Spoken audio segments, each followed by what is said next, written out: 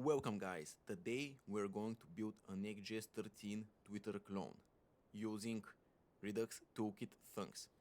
Okay, let me make a tweet here. Hello, YouTube, exclamation mark, and let me click on tweet. So here you see the tweet automatically pops up without any reloading, and here we get a notification that we have successfully tweeted.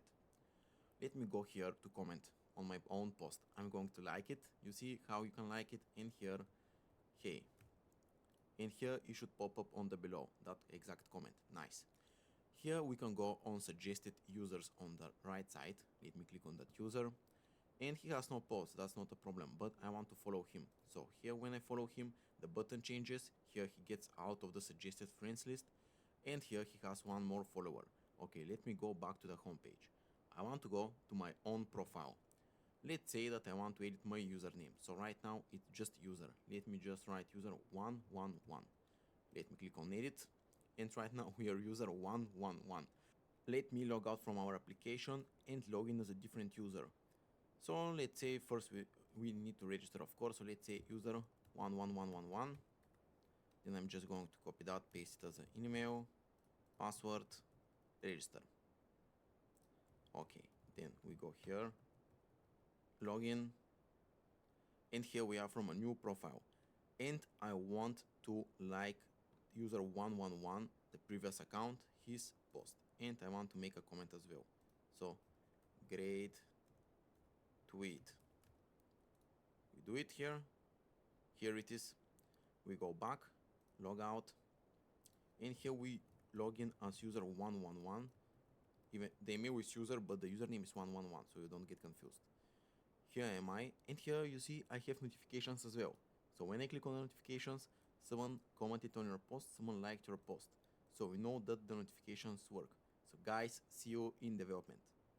Welcome guys, let's start developing. The first part would be to initialize our Next.js application. So npx create -next-app add latest and click enter, and this will give us several questions. What is going to be my project named? Mlitter clone. Would you like to use TypeScript? No. Yes, just click on the default ones. So here just click enter, enter, enter, enter, and it will be initialized soon. Okay, our Next.js application has been initialized successfully. So let's cd into it, cd mlitter clone, and we are inside it. So you can see how it looks, the structure and all of that. And I want to install right now my dependencies that we're going to use throughout our application. So type with me first CLS to clear out the console, and then npm I, and let's install them. So the first one on the list here will be Redux.js/toolkit. Redux is used for having global store. So let's say that we want to use one variable throughout several components that are not related, and Redux.js toolkit will help us achieve that. Then bcrypt. Bcrypt is used for hashing the password. You never want to store the plain password in your database. This is very bad for security, that's why you want to hash it. Hashing is one-way operation. When you hash a password, you cannot hash it back to the original password. You're going to see how a hashed password is looking like later. Then JSON Web Token, this is for issuing a token to the user after he has authenticated. This is basically a way of telling the application that that user has been logged in and what privileges does he have. Then we're going to install Mongoose. This is basically for creating the schemas and talking to our database, making queries and all of that nice stuff. This is basically for database communication. Then Next-Auth is going to be used for authentication, so for login, and you're going to see how it looks like later. We're going to have a separate file specially for Next-Auth. Then React icons, you know, it's kind of self-explanatory. What does React icons do? It is only for icons, nothing more, nothing less.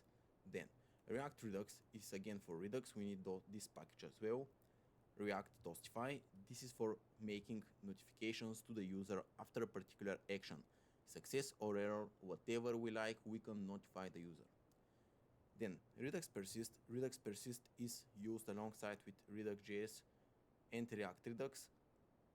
this is for persisting the data. So as I told you, we're going to have a global store.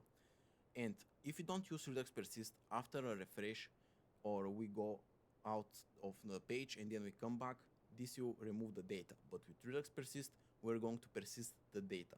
So we want our data to be persisted. Then Redux Thunk, as I told you, we're going to have the global store, we're going to persist it with all those packages. And what does Redux Thunk give us? Redux Thunk give us a way of making API requests and then saving the data. Usually, you cannot do just out of the box API request. We need Redux Thunk, and it is very, very easy to use. And lastly, here we are having timeago.js. It is only for formatting dates, nothing more, nothing else. So click enter, and they will be installed soon. Okay, our packages have been installed successfully. So I want to write CLS just to clear out the console, and let's start. So the first part would be to remove the page.module.css. I'm not going to need it. I'm going to remove it from here. Just closing the console. Here, I'm going to remove that. Just add a main tag like that. Then here into the globals.css, I want again to remove everything from that CSS file. And let me start typing the global stylings. So asterisk and here curly braces. Asterisk means the following. It will target everything. So this is like the topmost you can do. And here margin 0, padding 0. I want to remove any default margin and padding of any element. Box sizing will be border box. This is how it's going to calculate the margin, the padding, the width, height, all of that stuff. Text decoration none. This is because I don't want the annoying underline below the links. And color inherit. Then I'm going to have here the body height of 100%, width of 100%, background color is going to be black, and color, the text color is going to be white. So let me go here to the page.js to write what we need to write. Here, inside the main, I want to have 3 components. This is our home page. I want to have the header, which is going to have here a label. So this is a prop label with the text of home. Then a tweet form, and don't worry, we're just going to create the components. Here, a tweet form with the placeholder of what's on your mind today, question mark, close the component here, and here the last component that we're going to have inside our homepage is the feed. So we have created the components here. Let me have the components folder made. So here inside the source, you see components. And let me create all of the components that we're going to need for our application. So they are going to be several. First is action buttons. And here I'm going to show you for each component here, we're going to make for each folder inside components. We're going to have a JSX file, here RFC. We're going to have a JSX file and a CSS file, .module.css. And CSS modules, if you haven't written them, it is basically vanilla CSS with one little tweak. Just let me import it. So imagine here I have a class name of classes.container, and here just let me close it. Here I'm going to have again a classes.container, just for example. Here we have 2 class names of container, and when we have them on the same page, if we use vanilla CSS, they are going to conflict with each other. But when you use CSS modules, behind the scenes, they are unique. So you see here, they are container and container. They are basically the same to the human eye. But behind the scenes, it generates some random IDs and stuff so that they are unique. So you don't need to worry about conflicting styles and stuff. And let me remove that from here. And let me create and we have created the CSS file, so we can continue. Then I have comment.jsx rfc, and if you wonder what is that rfce magic that you see here, it is a package which is ES7. I'm going to show you just now. ES7, not that, yes, that one. ES7 plus React, Redux, React Native snippets with almost 10 million downloads. So you see I have installed that already. Let me close it, and it is saving me a lot of time, guys. So feel free to install it if you want. Then comment module.css, and again let me import the styling sheets. Import classes from / like that.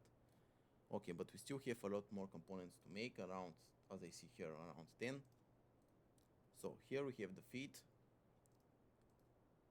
feed.jsx rfc feed.module.css. Just let me close all of other files and again import classes from /. After the feed here we have the friend. So here friend.jsx rfc friend.module.css, and here let me import it. Import classes from /. And I do that right now because I want to have my architecture built in and then we start developing. This is a much cleaner way, in my opinion, of writing code. Then after a friend we have the header, which is one of the, you see here inside the page.js, one of our components. So let me create here the header, page.jsx rfc header.module.css. And after I create all the components, I'm going to import them inside the page.js, so don't worry about that. Then after the header, I have notification, and here notification.jsx rfc notification.module.css. And here let me import it. Import classes from /. After the notification, I'm going to have post. So here post.jsx rfc. So I'm going to do the typing a little bit faster because you already know what I'm going to do while I create the components, just JSX and the CSS file. After the post we have profile hero.jsx rfc profile hero.module.css, and here let me import it. Import classes from /. Let me close all of the files because here we are cluttering. Then I have Rightbar.jsx rfc Rightbar.module.css, and again let me import it. Import classes from /. And we have 3 more components to go, guys, so we are almost ready. Sidebar, and then sidebar.jsx rfc sidebar.module.css. Let me import again the styling sheets, so import classes from /. After the sidebar I have sidebar item, so sidebar item.jsx rfc sidebar item sidebar item.module.css. And after that we have one last component to create, so we are ready. And the last component is the tweet form.jsx rfc and then tweet form.module.css. And let me import classes from /. So let me close all the files here, and you see our components are created. Here, as I told you, we're going to import them. So import the header, the tweet form, and the feed. And here inside the globals.css, we have a little more stylings to do. So we have created here the asterisk and the body, and let me make a class name here of container. Here inside the home page, this is the only file that we are going to leave it like that, so without CSS modules. And let me write here the stylings. So globals.css.container is going to have a height of 100 vh and a width of 100%. Then .wrapper, which is going to be here another class name, so wrapper, come on, like that. And here wrapper, width is 70%, height 100%, margin is 0 auto, so to center it. display is going to be grid to make our page to divide our page on 3 sides. So grid template column, 1fr, 2fr, 1fr. So we're going to have the sidebar on the left side, the feed, the main part, like uploading the feed, uploading a post, then displaying the post and all that stuff. This is going to be in the center, and on the right side is going to be the Rightbar, which is for displaying the suggested users. And here it is, we are ready with the globals.css, and we can start our application. So cd into the militer clone and type npm run dev to start our application. So this is how our home page is looking like. As you remember, we have made the background color black and the text color white, so everything is looking as I wanted it to look. Great. So let me go back here, let me close it, and let us start developing. So the first part would be to make the sidebar here. So let us start. We're going to have an array here, which is const sidebar items. I want to have the sidebar items like that, and this will be an array of objects. So we're going to have an array with the data here, and then we're going to map through that array and display them through the sidebar item. So each sidebar item is going to have here an icon. The first icon here will be AI view home with the size of 25. Every single icon is going to have a size of 25. And the label, which is going to be the text, is home. Let me type a comma here, and let me import here AI view home from React icons, and here you see it is starting with AI, so here it must be AI/AI. Then I'm going to have icon iOS notification with a size again of 25, as I told you, and the label of notifications. And here it should be inside an object. I don't know how I forgot that. Okay, and here feel free to copy that and paste it 3 more times. So we have in total 5 sidebar items. And here it is bi solid user, and here profile. And let me import that icon as well.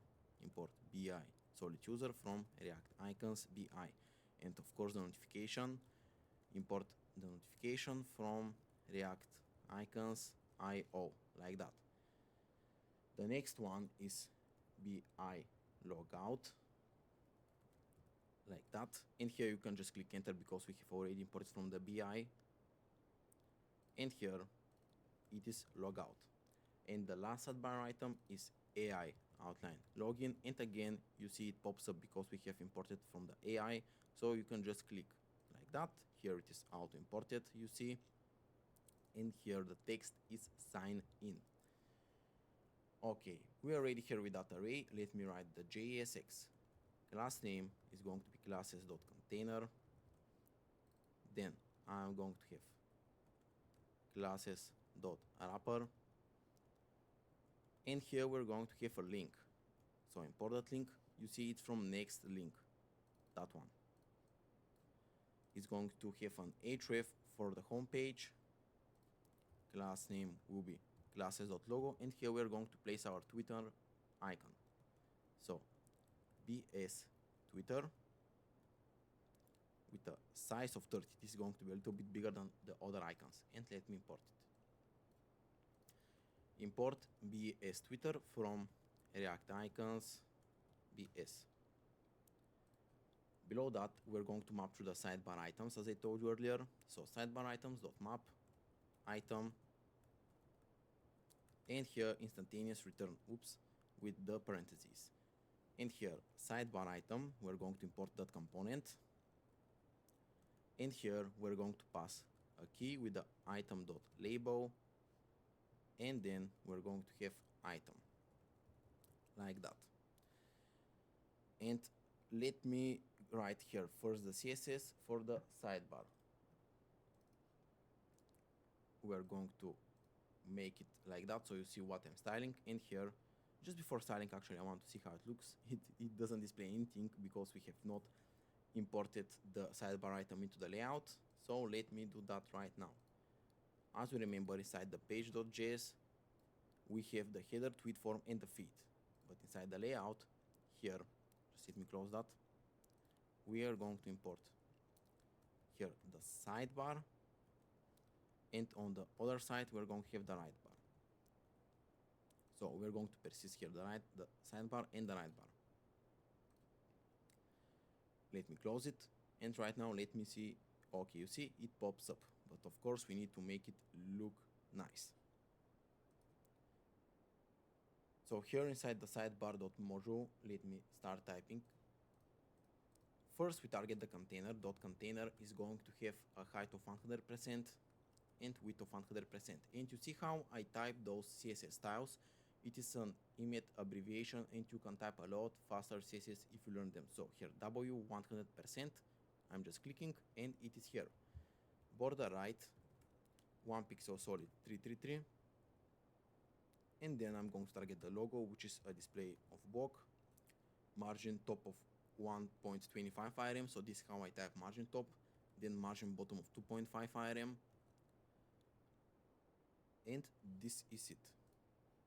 So you see right now how it's looking, and here we don't get the border right. I'm going to see later, probably because we have not specified something. So right now let me start typing the sidebar item. We go into that component,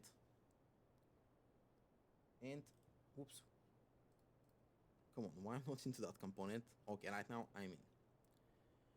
So here we are going to have again a class name of container. Then I'm going to have a class name of wrapper, and here I'm going to have a class name of icon, and I'm just going to copy paste it for label. And in order to get access to the label or icon, of course, we need to get the props. So I'm going to restructure them and just give them straight away like that. And here we have item.icon, and here item.label. So right now, let me see that. Unsupported server component type undefined. What's the problem here? We don't get the item. Wait, let me check here. So we pass it here. We should have no problems. I'm not sure of that error. Let me just click on the inspect. So guys, the error was the following. Here, the that icon iOS notification is plural, so add an S at the end, and here as well. And I want to change another thing here. Here I have added the class name container and the wrapper, but they do not belong here. So I'm going to delete them here, just leave it like that. A main with those three components, nothing more, nothing else. And here inside the layout, we need to add them. So here we have div with the class name of container. Come on, container. Oops, what's happening here? Okay, so here we have a div of class name of container, and then we're going to have another one with the wrapper. Class name wrapper. And here wrapper of the children here, sidebar, the children in the Rightbar. And here you see right now how it's looking as it was supposed to look. Great. So here let me close the layout.js. Here, as you see here, it should wrap the children. So sidebar, the children in the Rightbar. And here sidebar.item, let me start typing here the CSS. So for the sidebar.item, just a second. Okay, so dot container is going to be margin of 1.5 top and bottom, and 0 on left and right. Then we're going to have a color of white, and cursor is going to be pointer. Then dot wrapper is going to have a position of relative. Play is going to be flex, gap of 0.75 IRM, align items of center. Why is it not popping up here? Items of center, and font size is going to be 22 pixel. Then we're going to have, actually this is for now, we have one more thing, but this is for when we make the server. So right now you see how it's looking, but here we have the logout and the sign-in simultaneously. So after we make the authentication, we're going to show either of them. if we are logged in, we're going to show the logout, and vice versa. If we are not, we are going to show the sign in. So for now, this is it. Then the next part is going to be making the header, the tweet form, feed, and Rightbar UI. And after we make the UI, we're going to start with the server. So let me navigate here into the header.js, JSX, and let me start writing. So here we have a label, and here class name is going to be classes.container, then classes.wrapper, and here if we have a label, we're going to show the h3 with the label inside. This is it. It's super simple component. And here for the CSS, again, let me split the screen so you see what I'm doing. Dot container is going to be width of 100%, height is going to be 75 pixel, border bottom is going to be 1 pixel solid 333, display is going to be flex, and here align items is going to be center. Dot wrapper is going to be padding of 0.5 rm on top and bottom and 1.5 on left and right. Display flex, align items center, and gap of 0.5 rm. Then we're going to target here the a tag. Actually, we don't need that. This is for later when you configure the server. We are of course going to change the component a little bit more, but right now we just make the basic UI. So this is how it's looking, and right now you probably see that border missing. We are going to do it just now after we do the tweet form and the feed. So this is for the header. Let me go here to the, so right now what we do, tweet form. Let me go to the tweet form, JSX, and let me start typing it. So here we get the placeholder from the props, as you remember here, this text. And here, class name is going to be classes.container. Then we have classes.wrapper, classes.top,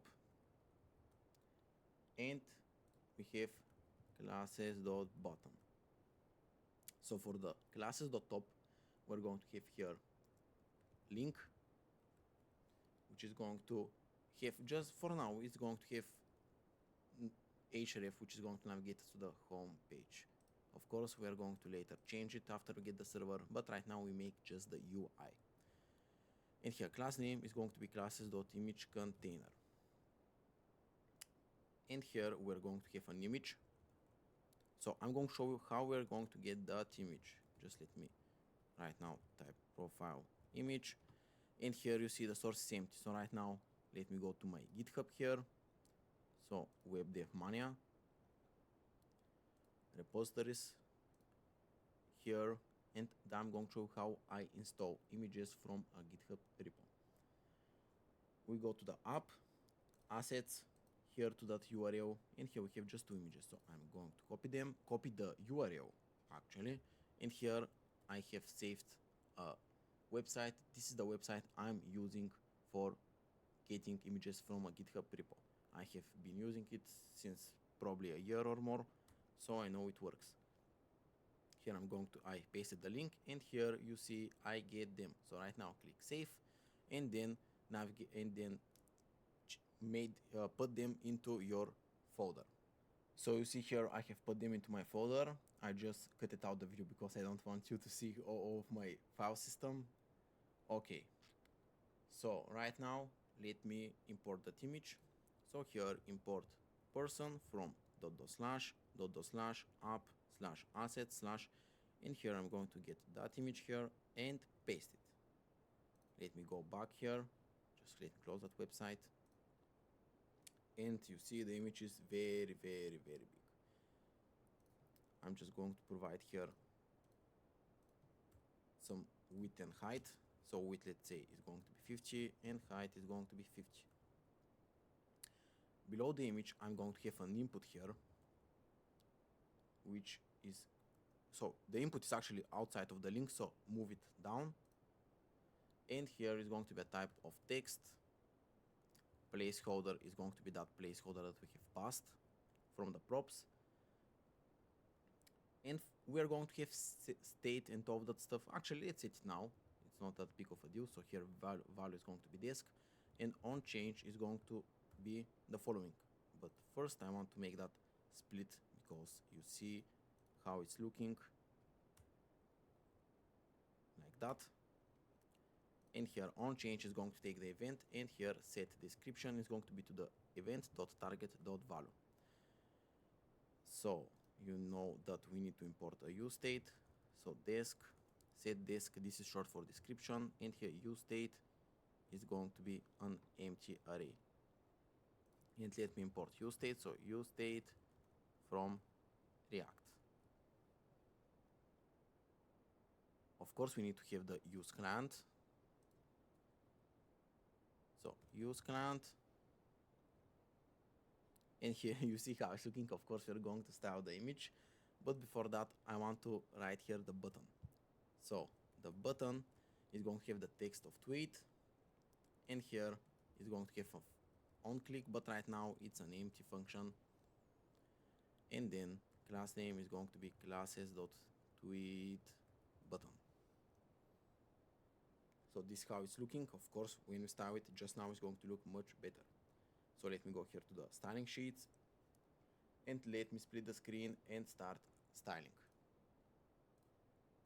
Dot container. So right now dot container is going to have height of 175 pixel, width of 100%, and border bottom of 1 pixel, solid 333.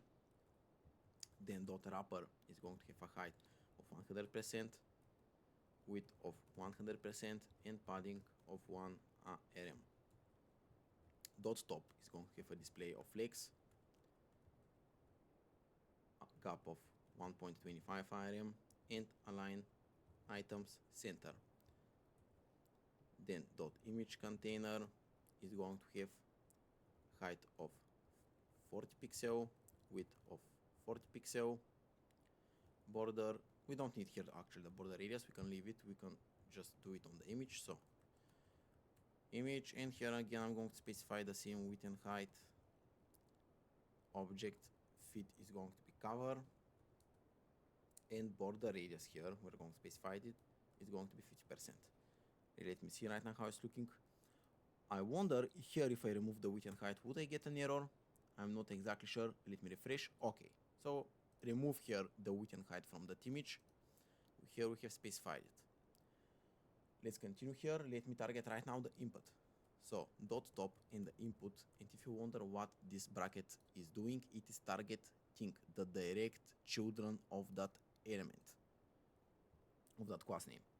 Background color is going to be transparent, border none, outline none, font size is going to be 18 pixel, width of 100%, and color is going to be white.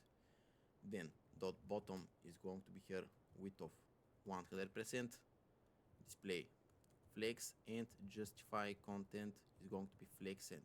So we move that button on the right side, and here I forgot the colon, the semicolon.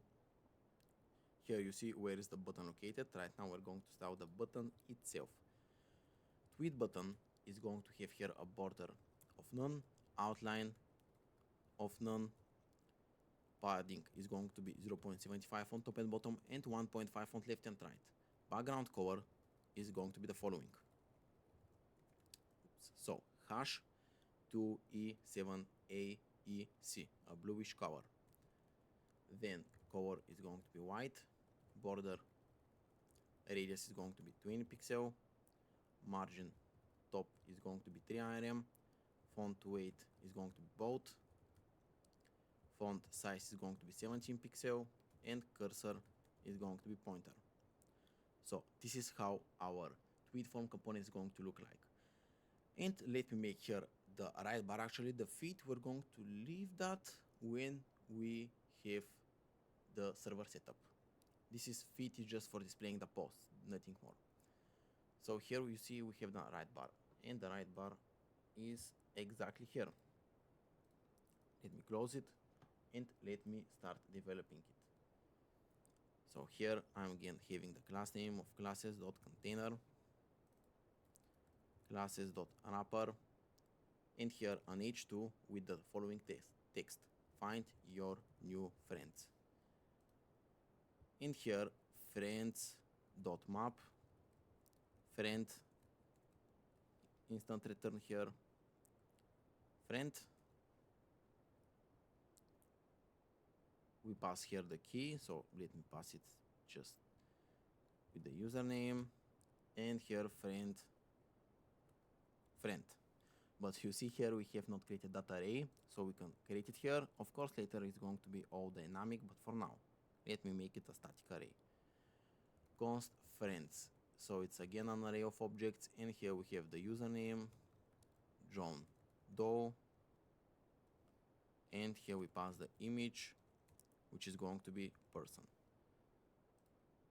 And the image again we're going to import it, so import person from // app assets, and here that exact image. Let me copy paste that 2 more times, and here let's say we're going to make here John Doe 2, John Doe 3. Here have I imported the friend component? Yes, I did. So right now let me see how it's looking. Of course you see how it's looking very funny. Of course, let me start it. So let me go here to the CSS again. Let me split the screen. Dot container is going to have height of 100%, width of 100%, and border left of 1 pixel solid 333. Then dot wrapper is going to have margin top of 1.25 IRM, margin left of 2.5 IRM, background color is going to be here 222, padding is going to be 1 IRM, border radius is going to be 15 pixel, height is going to be 300 pixel, and width is going to be 100%. So right now you see how it's looking great. And here I want to target this h2, so let me do it just now. So wrapper and the h2 is going to be margin bottom of 2 IRM, just that. So we are ready with the CSS here right now. You see it's getting that UI structure that I wanted. It's looking very, very nice. But of course we need to style the friend component as well, so we can go straight into it. Get here the friend object from the props, come on. Friend, we structure it always. And let me start developing it. So it's not even developing, we just display the UI. So link, come on. Okay, I need to import it. I've disabled that pop-up because I get annoyed sometimes when I write here, and you see when I hover and when I get some big pop-up right now. We're going to, if you watch my previous videos, you know what I mean. So here import link from next/link. And here href is going to be just a slash for now. And here class name is going to be classes.user. Then here I'm going to display the image, friend.image, alt tag friends image. And below I'm going to have a div with the class name of user data, and here we have the h4 with the friend.username. Oops. And below I'm going to have a span with the classes.username Twitter. We have again the friends.username, but before that we have an @sign. So we're going to see how it's looking right now when we style it. And again, let me style it. So let me go here to the CSS, and .user is going to have the, we target the image first. So .user and the image, height of 40 pixel, width is going to be 40 pixel, object fit cover, and border radius of 50%. Let me put the semicolon here. Then .user is going to have the display of flex, align items of center, gap of 1.25 IRM, and margin bottom of 2.5 IRM. And then I want to target the username Twitter here. So the username Twitter is going to have the following styles. So text transform is going to be lowercase, so there's no uppercase characters, and a color of 666. So right now, let me see how it's looking. Element type is invalid. The problem was that this should be a default import, not unnamed. So right now you see how it is looking. It is looking great. We are ready with the home page UI. We have still more pages like the profile, the register and the sign in, but first I want to make the authentication work. So let me go to the VS Code, let me close those files here, and here we have an app folder, as you see, and I want to make an API inside the app folder, and here we're going to have our backend routes. So here I'm going to have a note, going to have comment, notifications,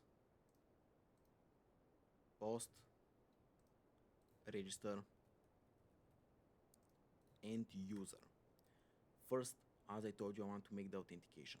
So here inside auth, so watch this syntax carefully. Next.auth, like that. And here we make a route.js. And this is not specifically that route.js only for that folder. We are going to have here route.js, and all of the backend routes are going to have route.js. This is from Next.js 13. You must name your backend route like that, route.js. You cannot use any other file name. So for the Next-Auth, let me start typing the code. First, import Next-Auth from Next-Auth next, then import credentials provider from Next-Auth /providers/credentials. Import user from @models/user. So we're going to create the database schemas just now. Right now I'm importing them. Import sign JWT token from @lib JWT. This is just a helper function. Import bcrypt from bcrypt. This is for hashing the password, as I told you. And here import db from @lib db. So as you see here, we import. I just want to move the bcrypt here, and here those three things we have not yet created them. One is how our user data is going to be structured. This is for creating the JWT token, and this is for connecting our backend server to the database. So we have some work to do. Right now, let me close all the components here and that stuff, and let me create here a lib folder and models. So first I want to make the models. This is how our documents are going to be structured. So first one, I want to make a user. So user.js, and the user here, import mongoose from mongoose, is going to look like that. So user schema is equal to new mongoose.schema, and here I'm going to get username, type string, required true. And why do I get those annoying pop-ups? Then email is going to be type string, required true. After the email we have password. It is going to be type string. So required is, I didn't explain that because it's kind of self-explanatory. The username must be of the data type string, and required true means that you cannot create a document unless you provide the username or the email. Here I have required true set as well. The password, of course, is going to be required, so required true, and the minimum characters is going to be 6. That means you cannot create a user document with a password which is 5 or less characters. The minimum, the bare minimum is 6 characters. Then I'm going to have the bio of the user, which is going to be a type of string minimum of 4 and maximum of 50. This means that the bio cannot be less than 4 characters and cannot exceed 50 characters. Then I have profile pic, which is going to be set to string. Here no required or stuff. We have a default avatar. I'm going to set it later. Cover pic, type string. Then followings. This is going to be an interesting one. So the type is not string as now. The type is an array of mongoose.schema.types.object.id. And that is when you create a document in MongoDB, automatically behind the scenes, you don't need to do anything. An object ID is created. So this is an unique identifier for that specific document, and every single one is unique, as I told you. So this is basically going to hold that array. It's going to hold a reference to all of the users that we have followed. That what following means, the user that we have followed, someone who we like his content. And in order to specify to which collection we should look at, we need to write ref and user. Have the followers, and here I forgot another field, which is by default it's an empty array, because when you create a profile you haven't followed anyone, nor has anyone followed you. Here for the followers you can freely copy paste, because it's basically the same conditions here, the same code, but here followers are people that follow us, some people that want to see our content. And I'm going to have has notifications, and this is going to be a type of boolean, and by default is false. When someone likes our post or comments on our post, we are going to have a notification, and for now it's a false. By default it's false. Then here we have notifications, which is going to be again a type of mongoose.schema.types.object.id. So when someone likes our post or comment on it, we are going to have notifications, and we are going to set them exactly there. And here a reference is for notification. Default is going to be again an empty array. And the last field that I'm going to type here are the posts. So type of mongoose.schema.types.object.id. Come on, object ID. And here reference is going to be to the post collection, and by default again it's empty.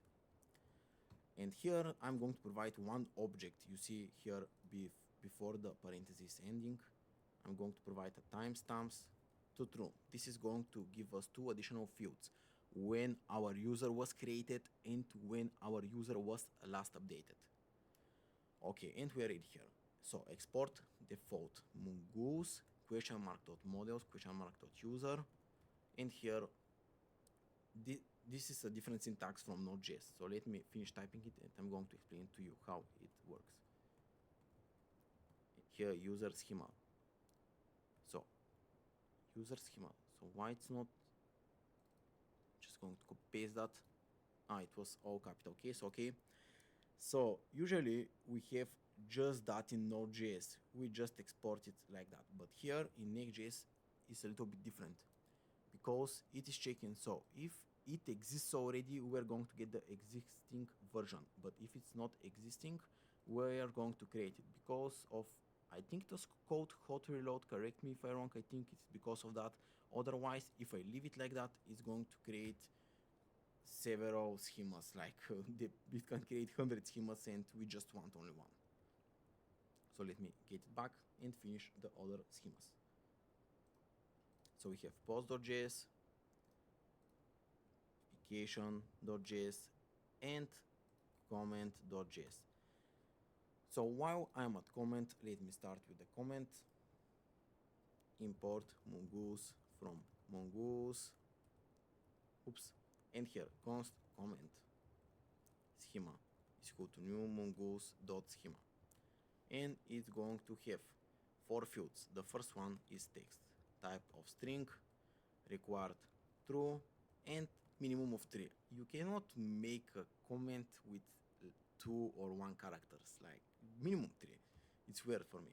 I can even set it higher, but just for now it's going to be 3. Then user ID, I want the comment to have a reference to the user who has made that comment.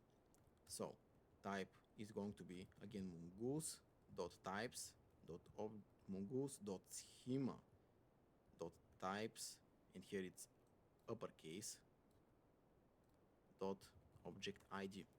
But that right now is not an array because only one user can create a comment. One comment cannot be created by two or more users, you know. And again, the reference to the user.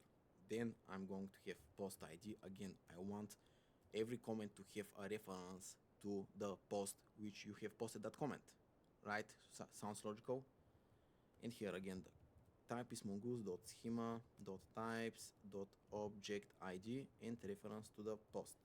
And the last field here is likes, which is going to be type of that time, again, an array.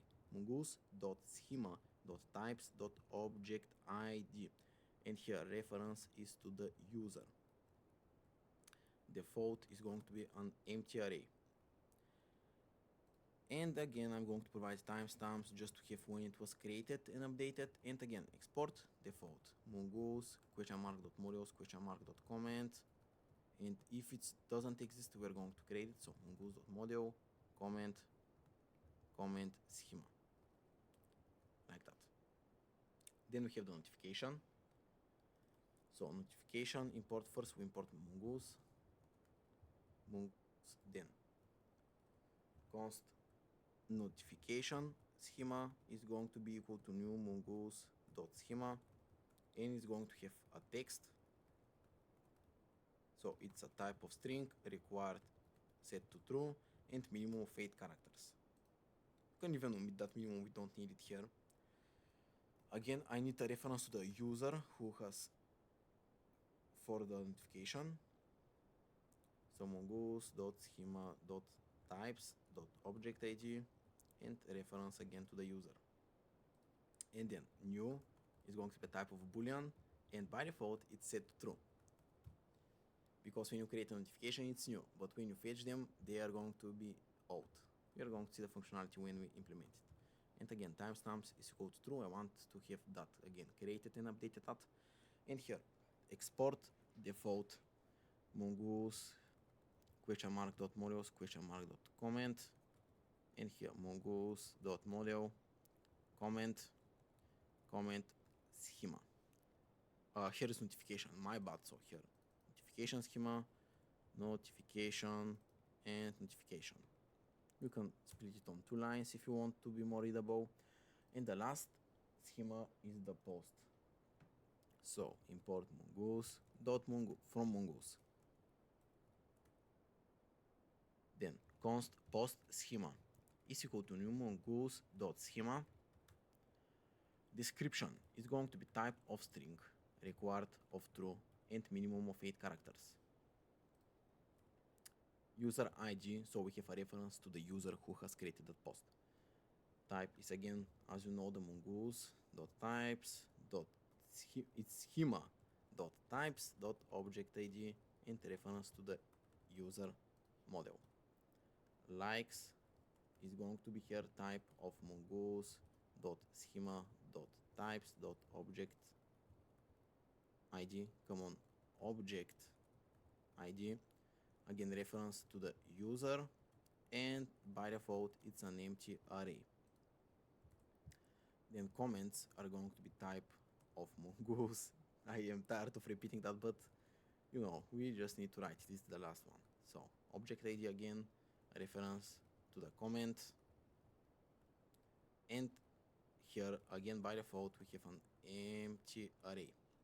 And the last field here is image, which is type of string. And here we of course provide the object which is timestamps is set to true. And here export default mongoose .models.post.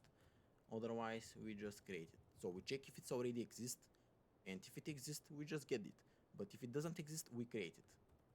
As I told you, it's a little bit different than Node.js.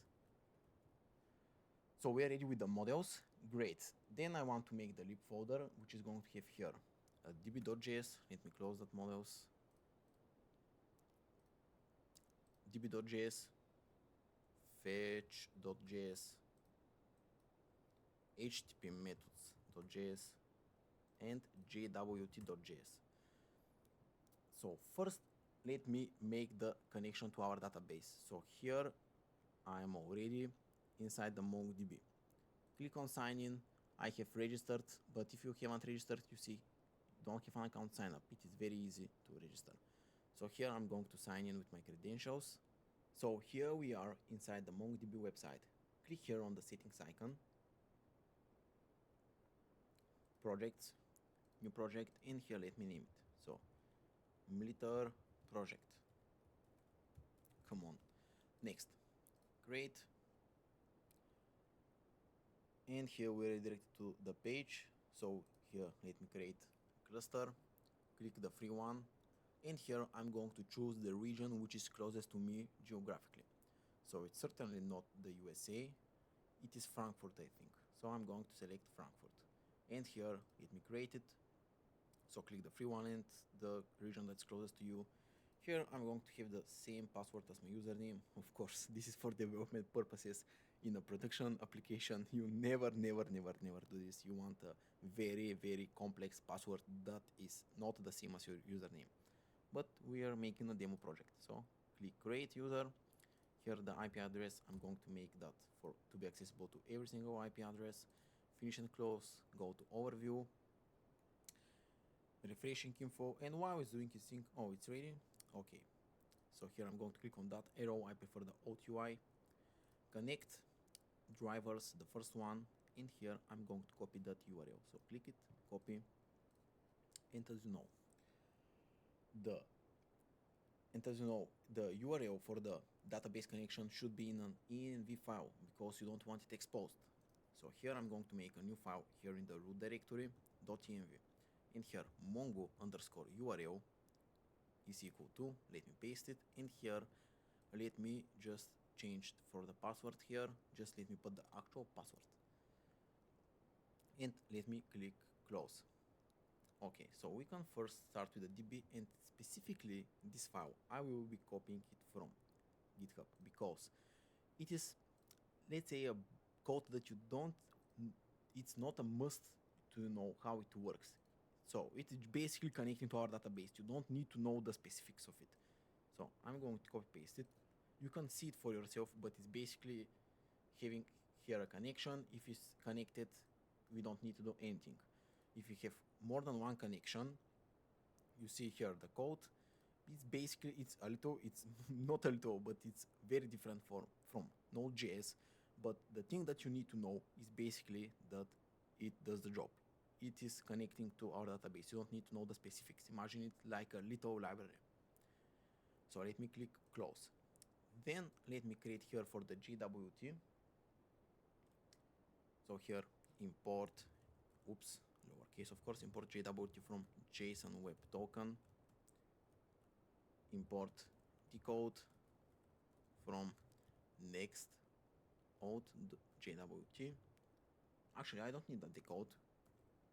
So never mind. Export function sign JWT token, payload, options, and here if you don't specify any options, it's going to be an empty object. And here const secret is equal to process.env.nextauth_secret.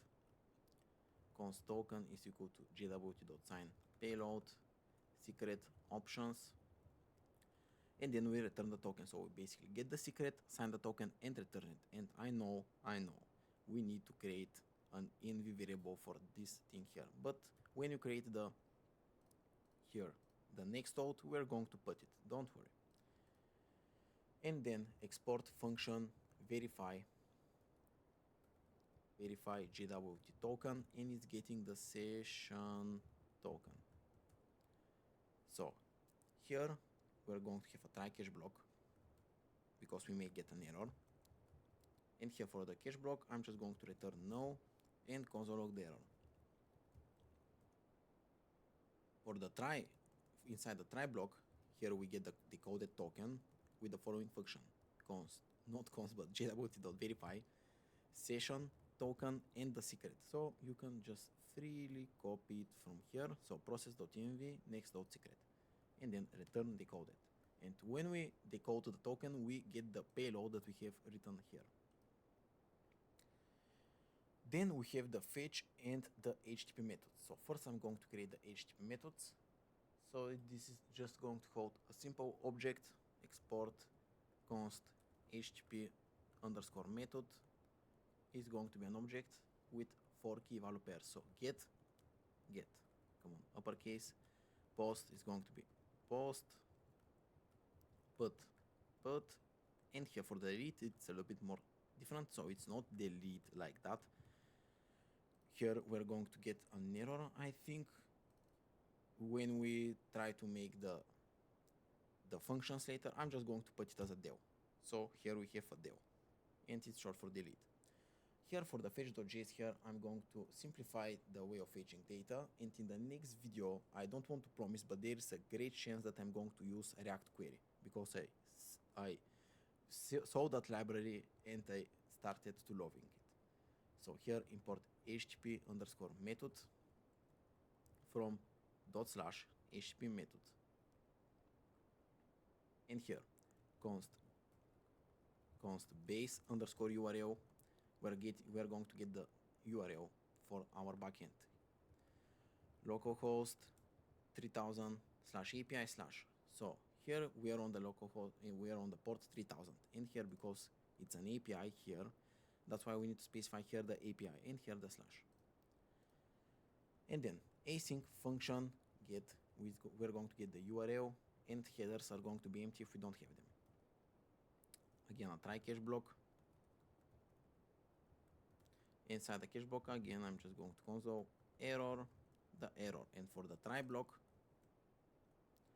const response is equal to await fetch base URL. Here I'm just going to copy it, base URL plus the URL that we get from the parameters, and here I'm going to have the objects. So inside the object, I put the headers, and here the method, it's HTTP underscore method dot get. Then async function post URL headers, again they're going to be empty object if you don't specify them, and the same applies to the body. Again, a try catch block.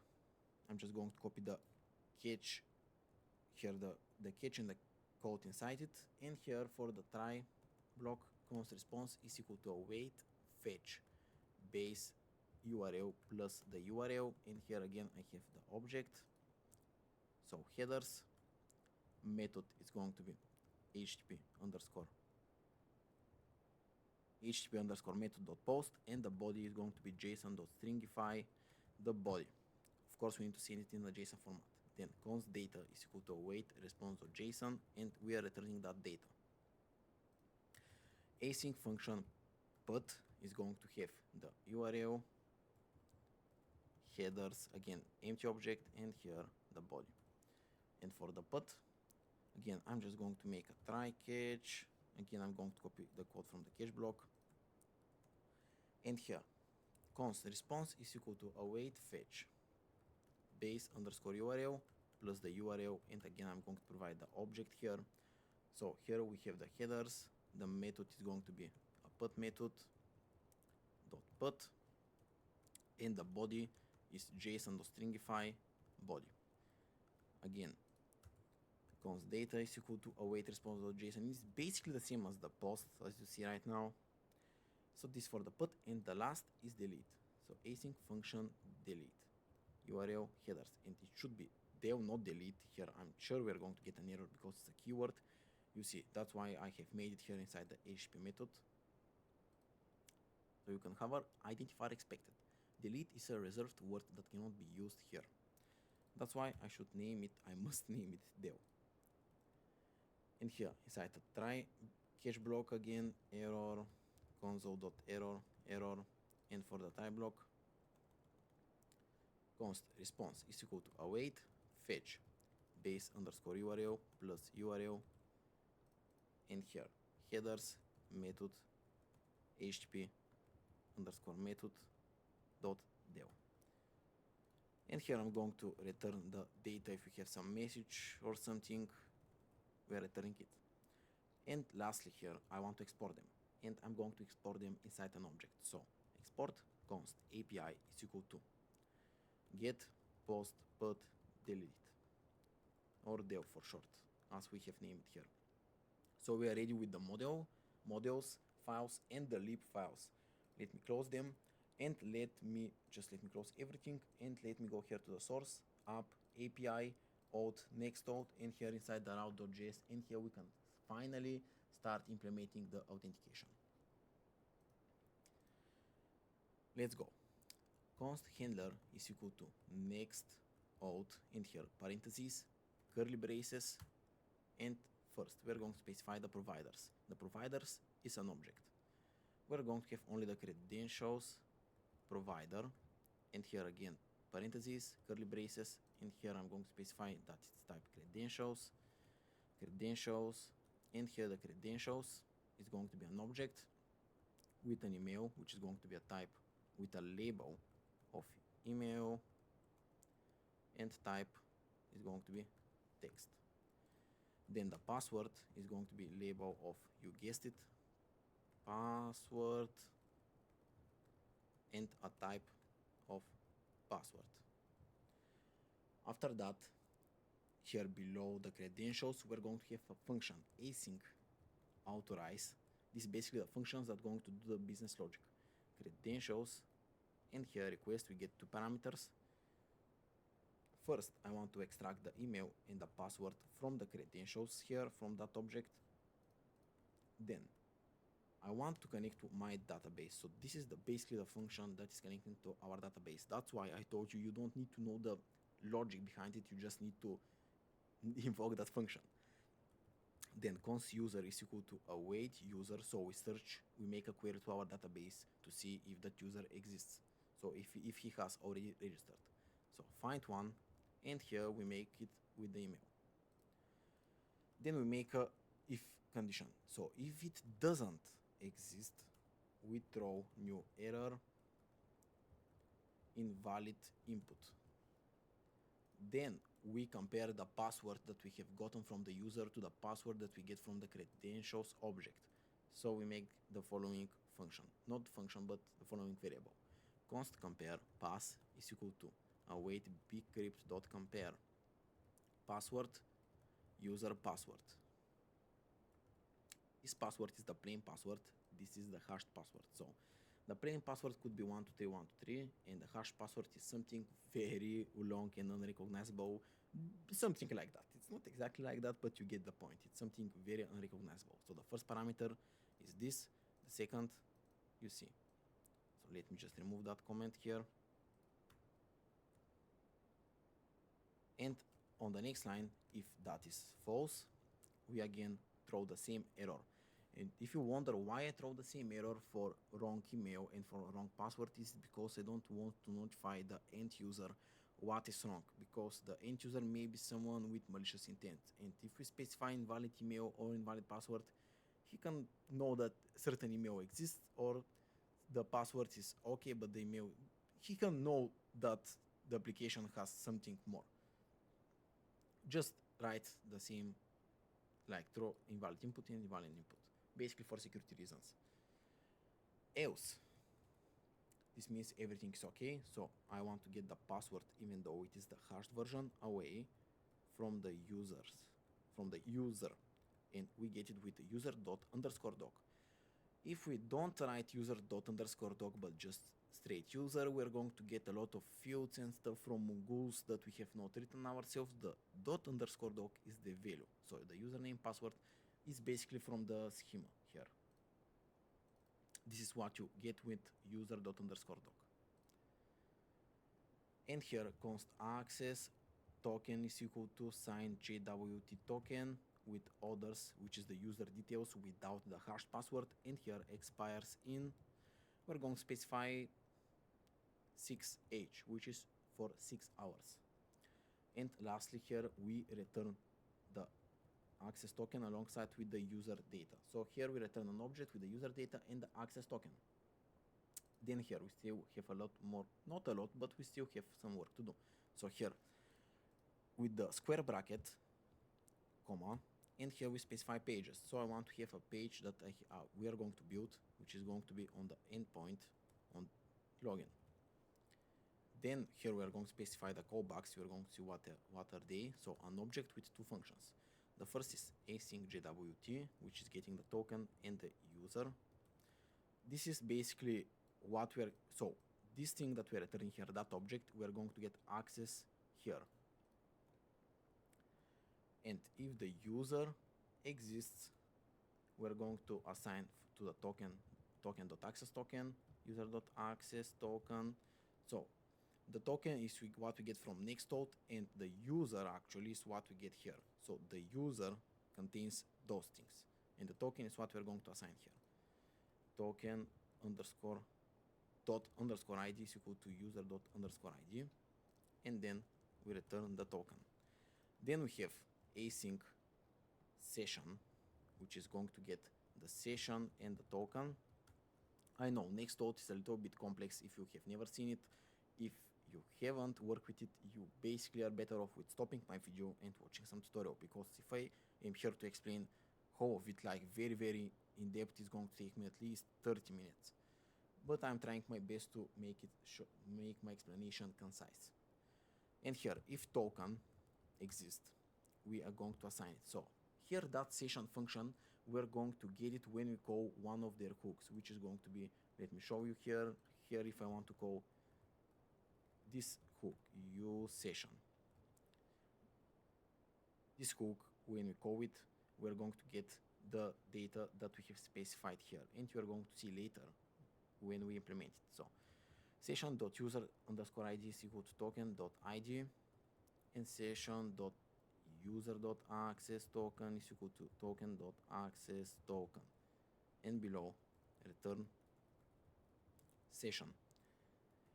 And the last part here is to export it. So export handler as get and handler as post.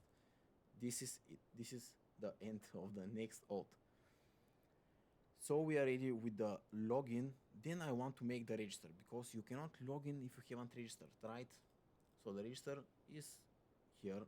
Just let me close those files. Register folder. And here again, as I told you, route.js. And here again, import db from lib/lib/db, import bcrypt from bcrypt, and import user from @lib models. It's, oh my god, it's from models user. And here, export async function post request, a try catch here, return new response, json.stringify error.message, and here status of 500. And for the try block, we're going to try the actual logic. So first we connect to our database, then const username, we extract the username, email, and the password from await request.json. This is how you get access to the body inside Next.js. I told you it's a little bit different than Node.js. And here I want to rename my field to pass. So username, email, and here a pass. This is how you rename a property. Const is existing is equal to await user.find1, and again we place the email inside. So if this is existing, so we do the opposite logic. Inside login, you want to check if the user is not existing, and if it's not existing, you throw an error. And here we check if it exists, and if it exists, we throw error here. User already exists. We want to have it with an email that it's not in our database. So then const hash password, we hashed our password, await bcrypt.hash, pass, and here 10. This is the salt value. You can read more here. So salt to be used in encryption is specified as a number, then a salt will be generated with the specific number of rounds and used. You can, I think it's how complex you want your password to be hashed. I'm not a cryptography expert, but you get the point. So the convention is to place a 10, so just place 10. Then const new user is equal to await user.create username, email, password, hashed password. This is how we are creating a document inside our MongoDB, and then we again get the password away from the user document. and then return, just let me scroll down, return new response JSON.stringify user status of 201, which means successfully created. And here I want to return the others, not the user, like that. And here we can calmly go to Postman to try the register functionality. So here I have already tested that prior, that's why the URL is here. And here I have used some data, so we can just click on send. Let me remove that pop-up, click send. And right now you see it is working. If I try to register again with the same data, we should get an error. Send user already exists, so it is working. Right now, let me change that to login, post.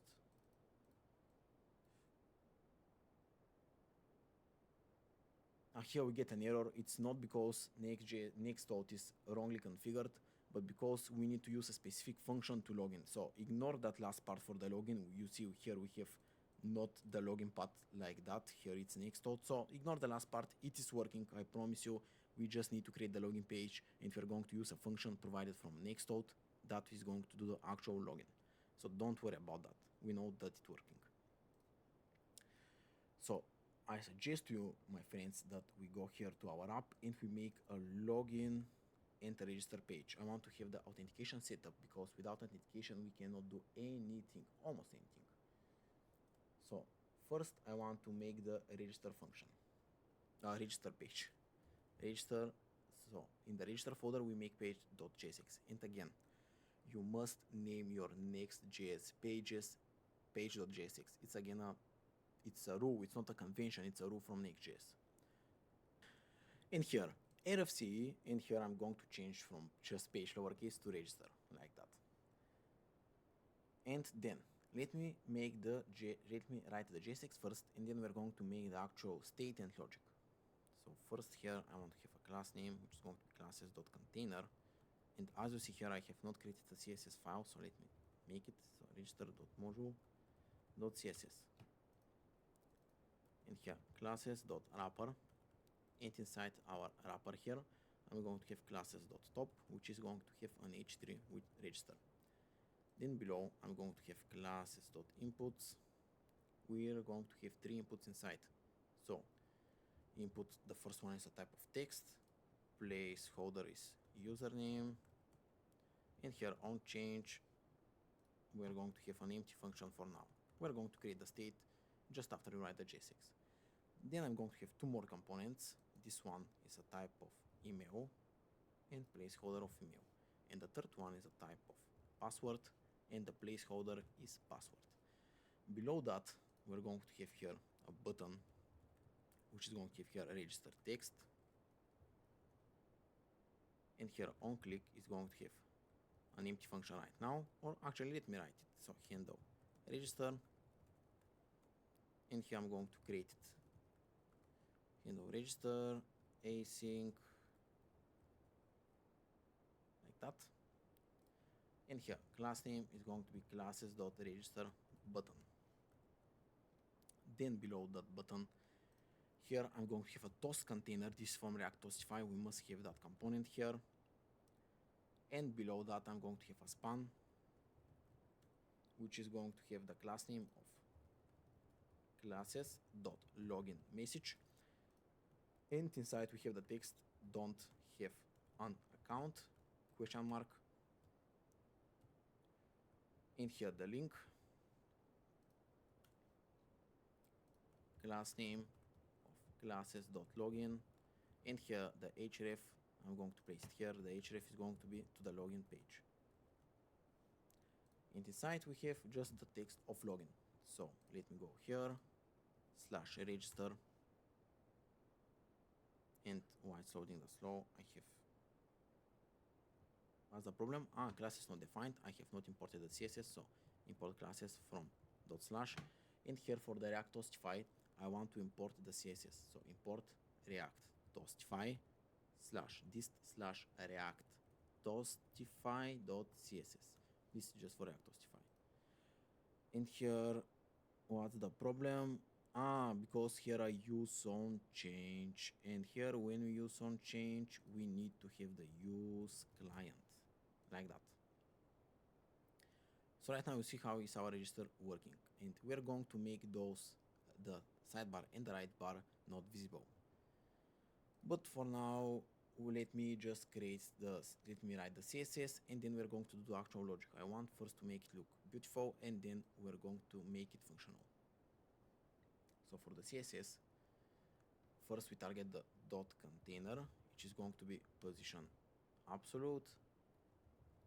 Then top is 0, left is 0, the index is 999, and height is 100 VH, width is 100 VW, overflow is hidden, display flag justify content of center, align items of center, and background color of 000, just a black color. You can type even black, like that. Then dot wrapper is going to have a height of 475 pixel, width of 450 pixel, background color is going to be of 222, color is white, border radius is 12 pixel, padding is 1.5 rm, display of flex direction of column, and gap of 2.5 rm. So right now it is getting a little bit better, but we still have some styles to write. Dot top is going to have a display of flex, justify content of space between, and align items of center. And earlier I didn't have the image abbreviations because this is an image abbreviation because I have disabled a property inside my settings and I enabled it again. It was a mistake. Then dot top and the h3 inside is going to be font weight of both and a font size of 26 pixel. After the h3 we're going to target the inputs here, so this class name is going to have margin top of 2.5 rm, display of flex direction is going to be column, and gap of 1.25 rm. And here what I clicked, my butt.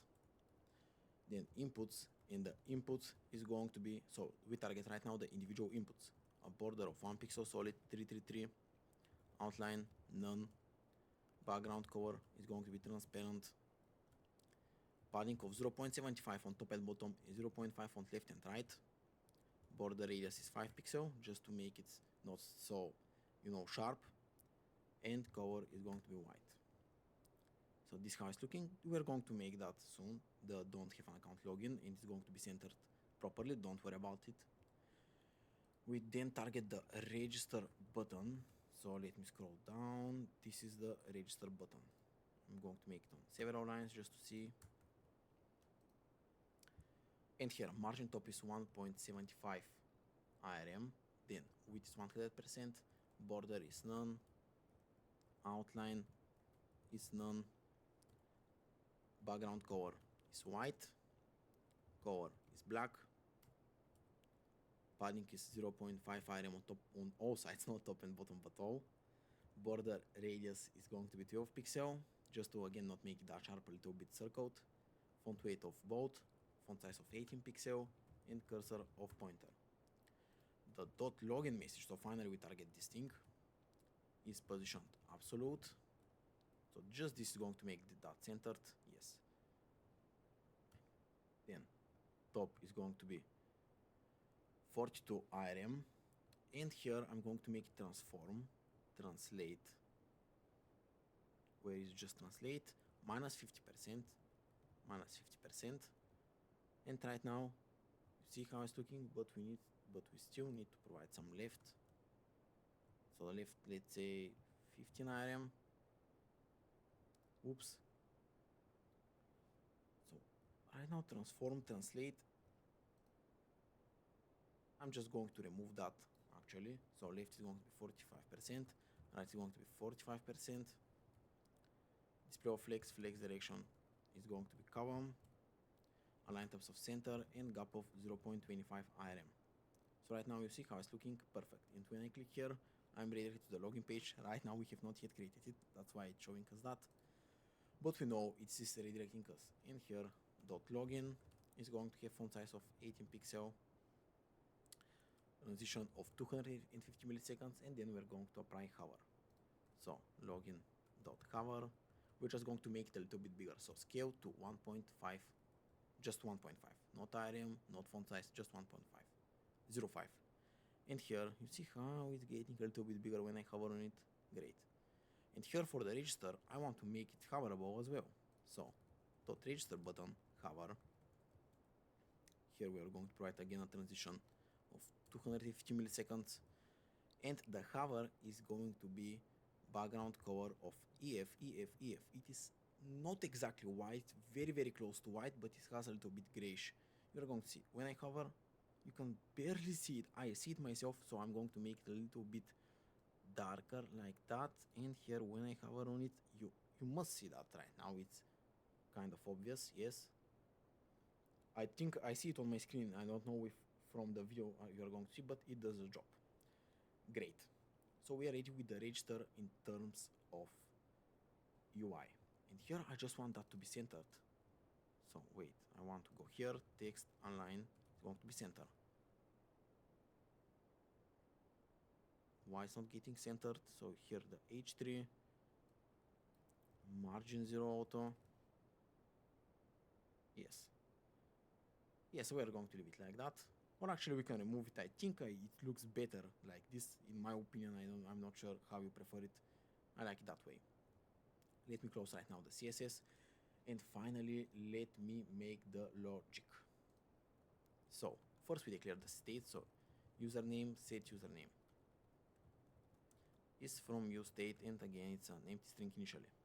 Then const email, set email is an empty string again initially, and then the password, set password, is again an empty string initially. Then we get the router from the use router hook, and one thing here, always change from next router to next navigation. You are going to get an error otherwise. And then for the handle register, we make a condition initially. So if username is equal to false, to empty string, or email is equal to empty string, or password is equal to empty string, so if any of those three values are empty, we return. And before returning, I want to have toast.error here, fill all fields, like that. Then if the password dot length is less than 6 characters, I'm just going to copy paste that error and return, and here I'm going to change the message to password must be at least 6 characters long. After that, I make a try catch block. Here for the catch block, console log error, and here for the try block, first I'm going to get the headers, make the headers. So here they are going to be just content type application/JSON. So we are going to tell the server that we are going to have it in the JSON format. Then const body is going to have the tree state here. So let me scroll down. The username, email, what happened here? So email and password, like that. And let me make it on a new line. And finally, I'm going to make an API request. So await API, it's auto imported here. API.post to the /register. We're going to provide the headers and the body. And router.push login, like that. And here, let me go to the API, and here I want to remove the try catch block here. I want to remove it. Why? I'm going to tell you just after I remove them because I want the error to be handled here inside the catch block here. So remove them like that, and they are removed. Nice. And here we are going to get the error here instead of inside this file. And right now, let me try to register. So it should work. I want to just refresh my page, and here const data and I want to console log the data. So user at gmail.com and password is 123. And when I click on register, toast is not defined. Oh, I forgot to import the toast. So here, React Toastify. Okay, I have it. So right now it should work. Register. Fields. I forgot to track them. Oh my god. So here, go to the inputs here. Again, oops. Get the event here and then set it. So set username e.target.value and the same here for the email e.target.email e.target.value I meant, and here set password to e.target.value. So right now it should work, I guess. So click register. Okay, I'm going to refresh the page. User at Gmail, so user at gmail.com, and right now register. And here I got some error. Wait. What is the error here? This is from before, so never mind that. Let me close that and I'm going to see what is the error. So guys, we have no error. If you look in the database, here we have created that user. The error come from redirecting to the page that we have not created, which is the login page. But before continuing, I want to go here into that API. Come on into that, where is it? Yes, into the fetch. And here, I want to check if response.ok. If response is not okay, so here we make an exclamation mark, throw new error, which is going to be error occurred. And I want to copy that and paste it here, to all of our remaining functions. Here, and here. Because the fetch doesn't throw an error, the fetch API, so we need to do it manually like that. And response.ok means so. Response.ok is the following. So something that starts with 200. So if it's 201 or just 200, this means it's okay. But if it's not okay, this means it's something that starts with 4 or 5, which is an error, so we don't want that. So if you have an error here, I want to display it with the toast.error, or just error.message. Error.message, like that. And I'm just going to uncomment that, but I want to try to register with that user that we have already created. So, okay, I'm going to refresh the page. User at gmail.com, 123, register. And here, yes, it is working. As I told you, error occurred. And right now, if I try to register with that user, so let me uncomment that, and if it's a success, we are going to be redirected to the login page. Register. Here we are. I know the page doesn't exist, but we know it's working. So we are ready with the register functionality. Let me make the login one. Again, page.jsx, rfc, rename it to login here, and make a CSS file. Login.module.css. Import the styling sheets. Import classes from /module.css. And here for the login page. Again, let me first start with the JSX. Class name is classes.container. And let me close the other files. Then classes.wrapper. And here, classes.top. I'm going to tell you before we finish the login component. It is very similar to the register. It's almost the same, I would say. And here, login. Classes.inputs.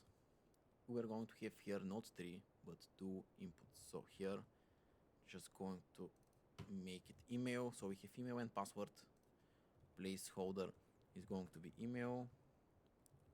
And on change, again, initially I'm going to make it an empty function because we have not set yet.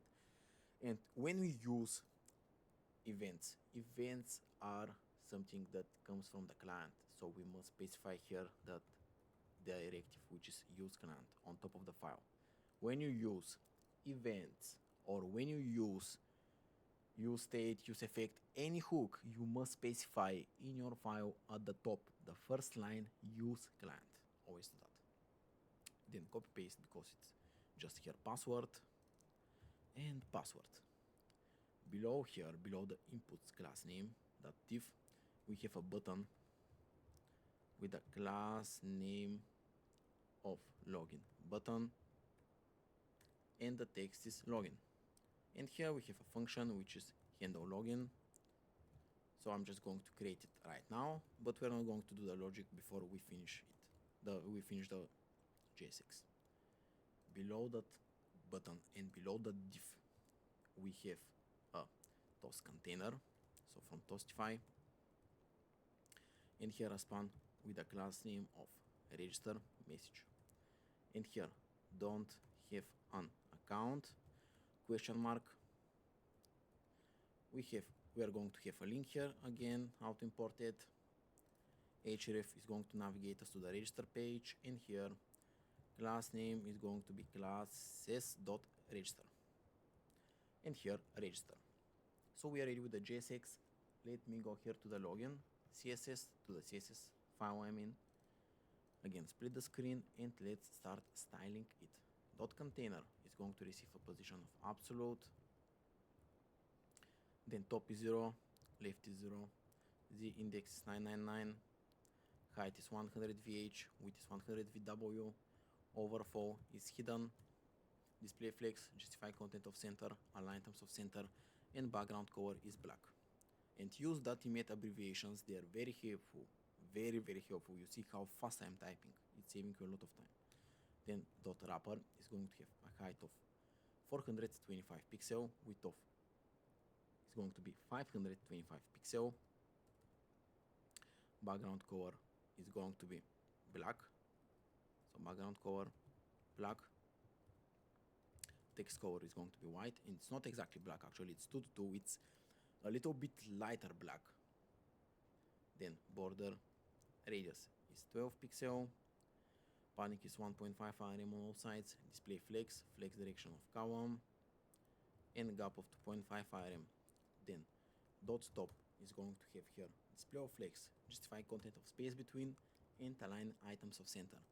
Then we target the H3 inside the top, which is going to have a font weight of both and font size of 26 pixel. Then we're going to target here the inputs. So let me scroll down.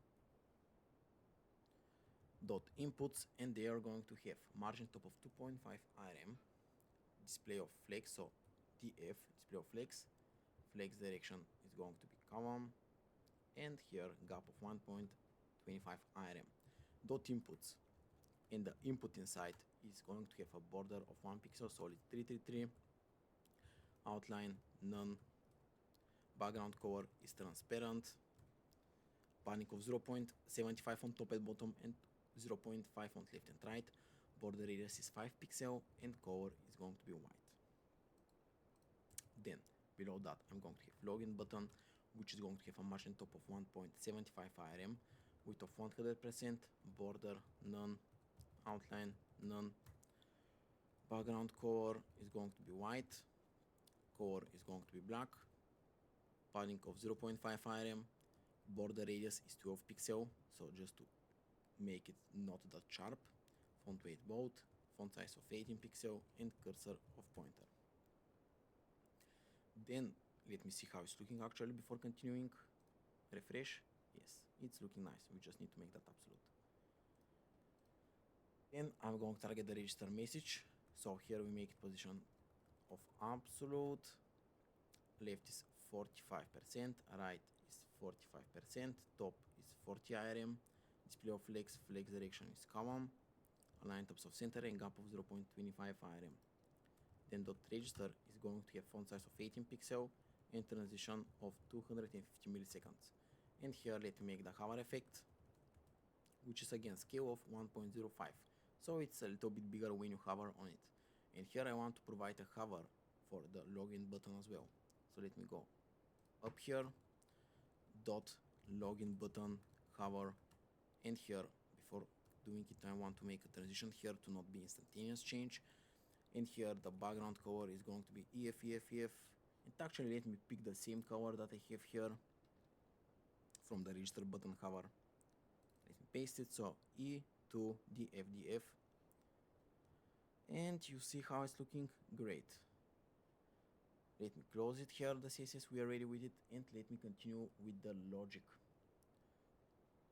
Before continuing, I want to get the toast here and import the CSS from Toastify. So React Toastify /this/React Toastify, Toastify.css. And here let me declare the states. So const email, set email, use state is going to be an empty array, const password, set password is use state an empty array, and const router is equal to use router. And again, as I told you, change it to navigation. Always change it to next/navigation. Otherwise, an error awaits you. And then, if password is empty or email is empty, toast.error few all fields, exclamation mark, and here return like that. And before continuing, I don't want to forget again, let me make here the onChange function. Set email to e.target. Okay, I'm going to make it on several lines again. So select here, and here, click enter, and it's looking better and 10 times more readable. So e.target.value, and the same here. Set password e.target.value. Nice. Okay, then below we have if password.length is less than 6 characters, toast.error, password must be at least 6 characters long, and of course return. I don't want to continue the execution of that function. Then below that we make the API request. So for the catch, I want to have toast.error with the error message, and inside the try block we make const response is equal to await sign-in. So this function is going to be from Next.js, from Next-Auth. So let me import it. Here, import sign in from Next-Auth/React.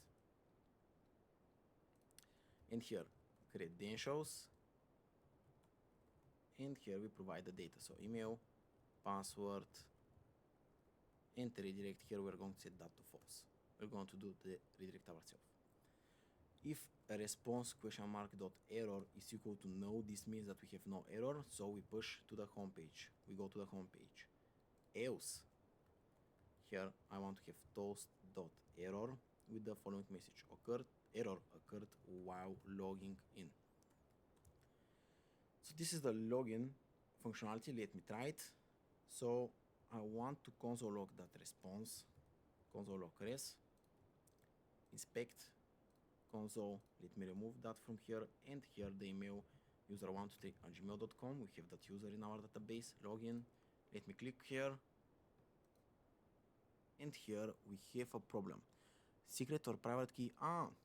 The login functionality works, but I forgot to provide from the inside the .env some things. Let me go to the .env, and here Next-Auth_secret. I'm going to make it something simple. Of course, in a real application, you don't want your JWT secret to be named secret123. It is incredibly bad for security. There are a dictionary list with the most common secrets, and if some malicious person wants to make some bad things to your application, he can do it. So make your secret very complex and don't use that one. Make something very complex, as I told you. Let me continue. Next-Auth_URL, and I'm going to set the URL here to our URL of the page. So localhost 3000. Right now, let me try to login, and here is a success. Error is no, status of 200, which means successful. Okay, true, and we are redirected. But one thing we are missing, and that is not in our login functionality, which is correct. Here inside the layout, I need to provide a session to wrap everything here so we can use the use session hook. Let me show you here. Const, not const, but here use session. You see here, this will hold our access token and our data that we have saved after the login. And in order to access this thing here, I need to wrap my application inside the layout. So here, layout.js, and I want to wrap my application with the session provider component, and we are going to create it just now. So let me wrap it like that here below the div, and let me make it session provider.js, and I want to make it use client, and here import session provider from Next-Auth React, and here const provider is equal to, we get the children and the session, and we return the session provider with the children inside, and here we pass the prop session is session, and then export default provider like that. And here let me import it. It's imported, and let me delete that metadata here. And React context is unavailable in server components. This is because here I need to provide use client, because session provider uses React context behind the scenes. That's why we get that error. And if you provide here use client inside the layout, we have no error. Great. So let me go back to the login. User 123@gmail.com, 123 login, and here let me, where is it? So inside our home page, let me get that use session, just show how it looks. Data session, use session, and here I want to console log that session here, and in order to be able to use it, because it's a hook, we need to provide use client. So initially it's undefined, but when you get the data, you see how it is. So we have the expired, the access token, the email, and the ID of our user, which is currently logged in. So this is how our JWT token looks like. I want to copy it and paste it. You see how long is it? Super long. Okay. So we have everything saved up here. And I actually want to make here the home page not accessible to anyone who is not logged in. So you're going to see what I'm going to do. This is required, and here if you are not authenticated, you are going to be straight redirected to the login page. So I want everything to be inaccessible unless you are logged in. And of course the router here, I need to declare it, use router from next navigation. Great. And I don't even need this here, we can do that like this. And inspect, and here if I remove the cookies here, which is the thing that makes me logged in, I need to be redirected, and you see I was redirected. And here user 123, I'm again going to log in, and you're going to see how are they populated. Yes, great. So our next job is to make our page, being able to post tweets, and then we're going to make liking, comment, then the profile page, everything. But I first need to make the API in order to be able to post. So here, let me go to the API, and here post. We're going to have two folders inside. The first one is for IG. The other one is for liking, and then we have route.js, which is the file here that we are first going to touch. Let me close the other files, and let's start. Import DB from the DB, then import verify JWT token, and here import post model.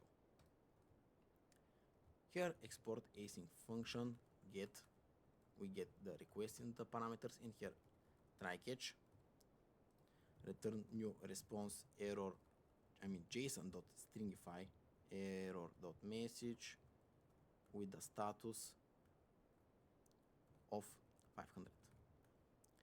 Then inside the try block, here we connect to our database. We make an empty array initially here, and here if we have something in the parameters, URL, this is how you get access to the query parameters.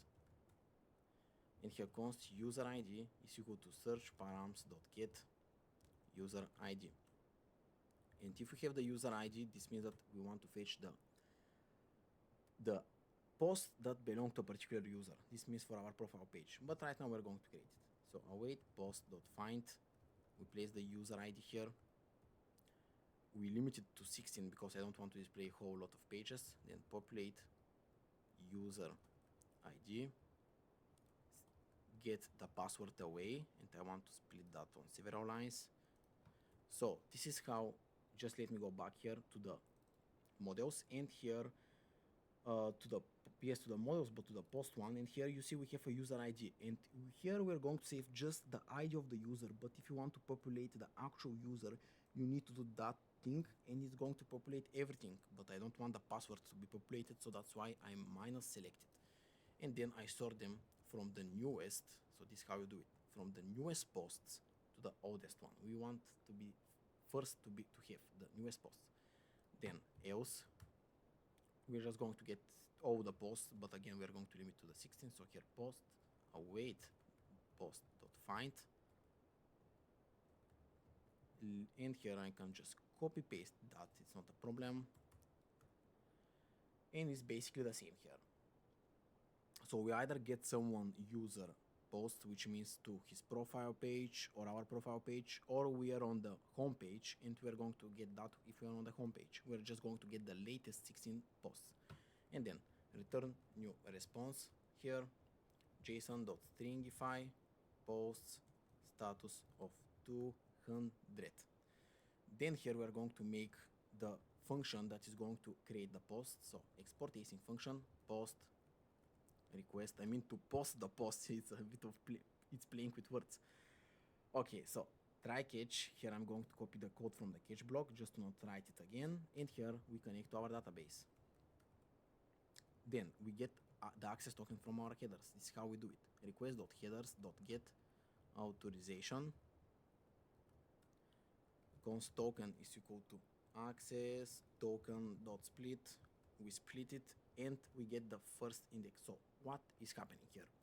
We're going to send the token in the following format. So this is how we're going to send it in the authorization. We have just the bearer string here, a space, and the token itself, that long thing here that I showed you earlier. And in order to get the token, the token, we need to split it. So when you split it, you make it an array. So after the split, we have an array. And when you get the first index of the array, you just get this thing here. That's why I do it like that.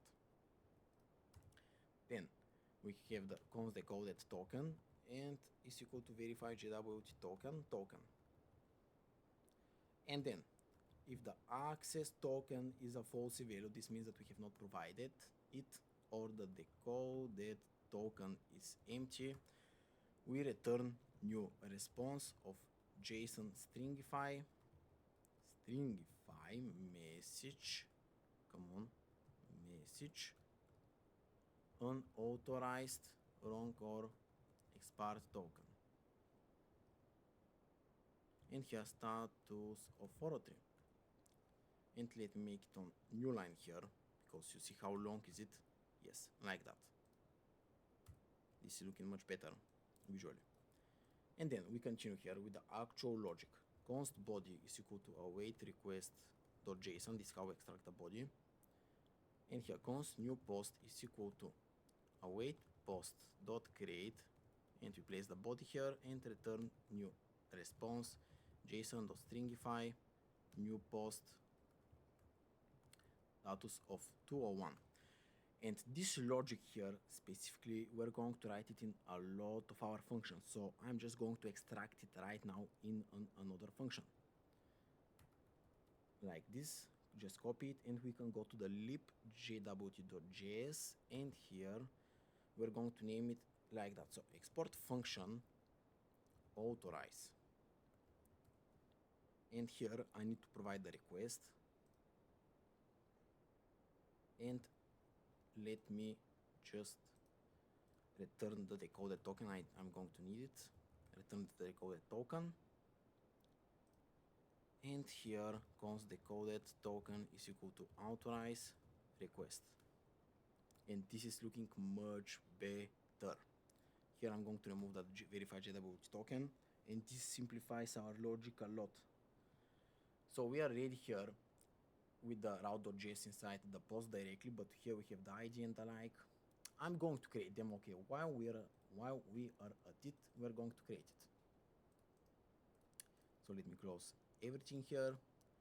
Source, app, API, post, ID. And let me make a route.js. Here inside the route.js, import db from db, and here import post. Here export async function get, we get the request in the CTX, which is getting the dynamic parameters. So if our page is looking like that, so localhost 3000 /API /post, and here some parameter. Here with the CTX, we can get access to that parameter. And here again a try catch, await db.connect, const id is equal to ctx.params.id. This is how we get it. And if id is existing, we are going to have a const post is equal to await post find by id with the id inside, and here select. First we need to populate it, so populate user id and select minus the password. And here we return new response of json.stringify post, and here status of 200. Pretty simple, right? Else we're going to get the URL here with the new URL request.url, and here const user id URL search params.get user id, and here const posts are equal to await post.find by id, find user id dot populate user id, and here dot select minus the password. And here again we return them, so return posts like that. And just to finish the catch code here, so return, I can just copy, I don't want to write that million times. This for the catch code, so return new response json.stringify error message status of 500. Okay, here we are ready with this, and here inside the like we are going to create another folder. So again id, so like id, and then here I'm going to create the route.js. I know it looks kind of confusing, but I do that purposely. And here it's not like that, it's just like without the square brackets. So yes, I have changed it and it's loading, but here it's like. So it's http localhost 3000 /API /like, and then the ID of the post. This is how we're going to do it. And never mind that, it's going to be changed. So let's start. Import db from db, then import authorize from lib.jwt, and then import post from models post. Then here export async function put request ctx. This will be put request because you know the like functionality is put request. And here a try catch, return new response json.stringify error message again status 500, and it's a put request because you don't create a new resource, you don't get a new resource. It is for updating a new resource, and we are going to update a field here inside our object. You're going to see first await.dbconnect, then const decoded token is equal to authorize, and we put the request here. Then we get the ID of the post from the ctx params.id, then we get the user ID from the decoded token underscore id, and then we get the post itself. Await post.find by id with the id. In here it's going to be interesting. If post, I'm even going to get that in another variable. So const is liked by current user is equal to post.likes.includes user ID.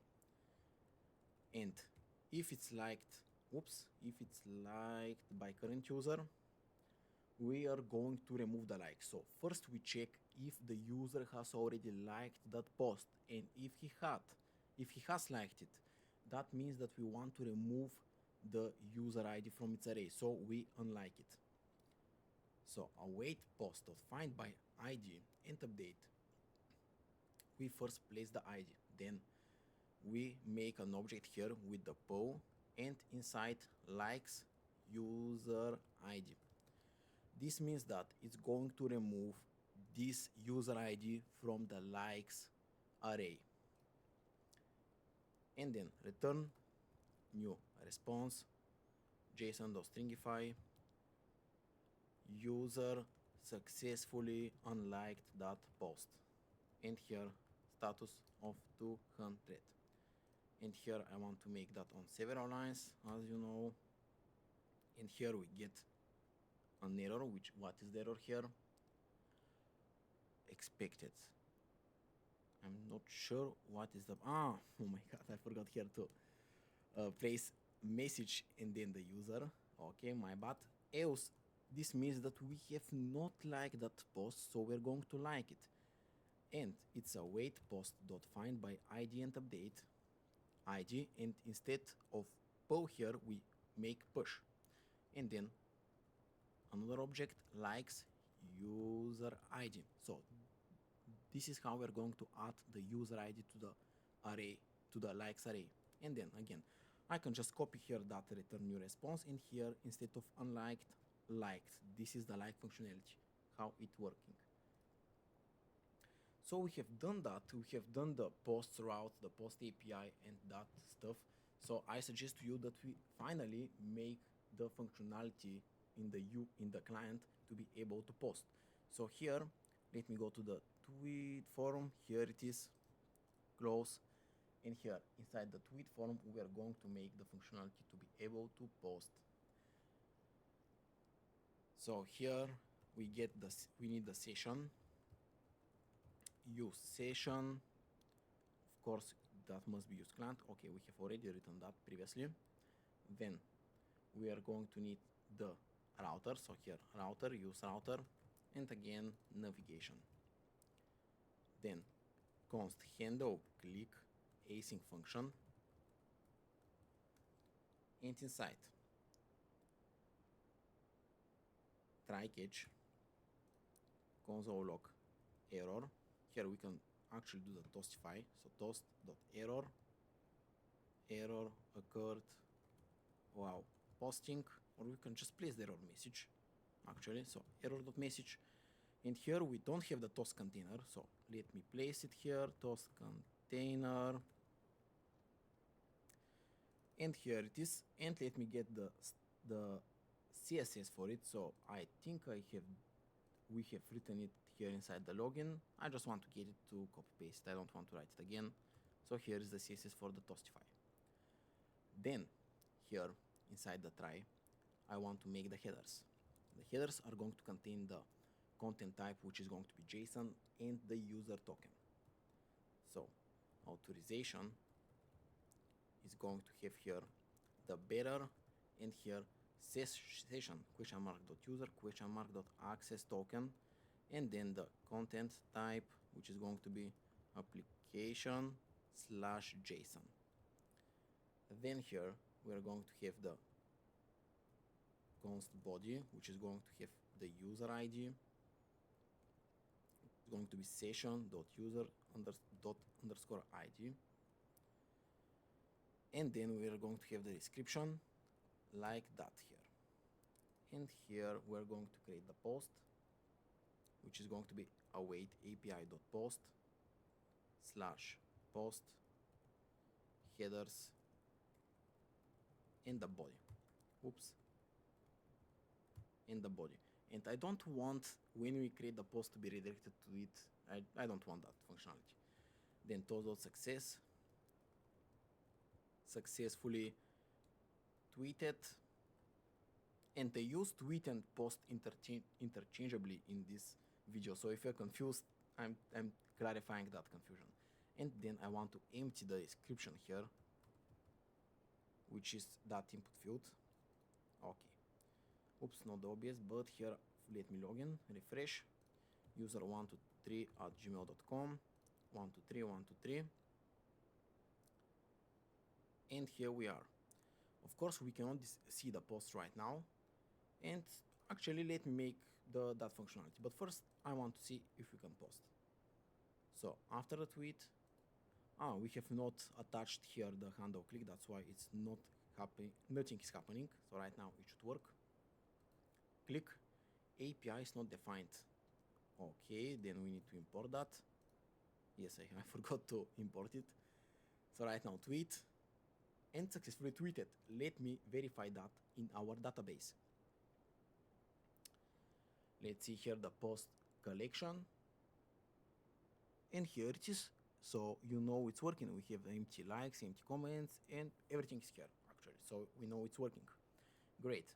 So right now we can display it. So let me go here to the feed and let me start writing it. So class name is going to be classes.container, then classes.wrapper, and here post ?map post, and here we get the post component, not the model but the component. Key is going to be post underscore ID. The post is going to be post, and here I'm going to pass the post likes beginning from now. Later we're going to need it like that. And of course we need to fetch the posts themselves. So const posts. First I want to have here post set post, use state an empty array, and then we're going to fetch the data. Use effect. Oops. Come on, use effect. Here the empty dependency array, and here const fetch post async function, try catch, console log error, and here const post or data is equal to await api.get post. Here it was post, not post, right? Yes, post. And then set post to the data. We call that function, and let me pass the data here. So post, and I want to console log it to know that it's working. So inspect. Let me refresh here. Why we don't see it here? I'm confused. So if I console log the data here,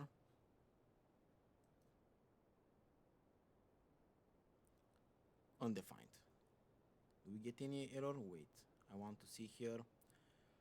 So it is API post, here the route, and here I want to see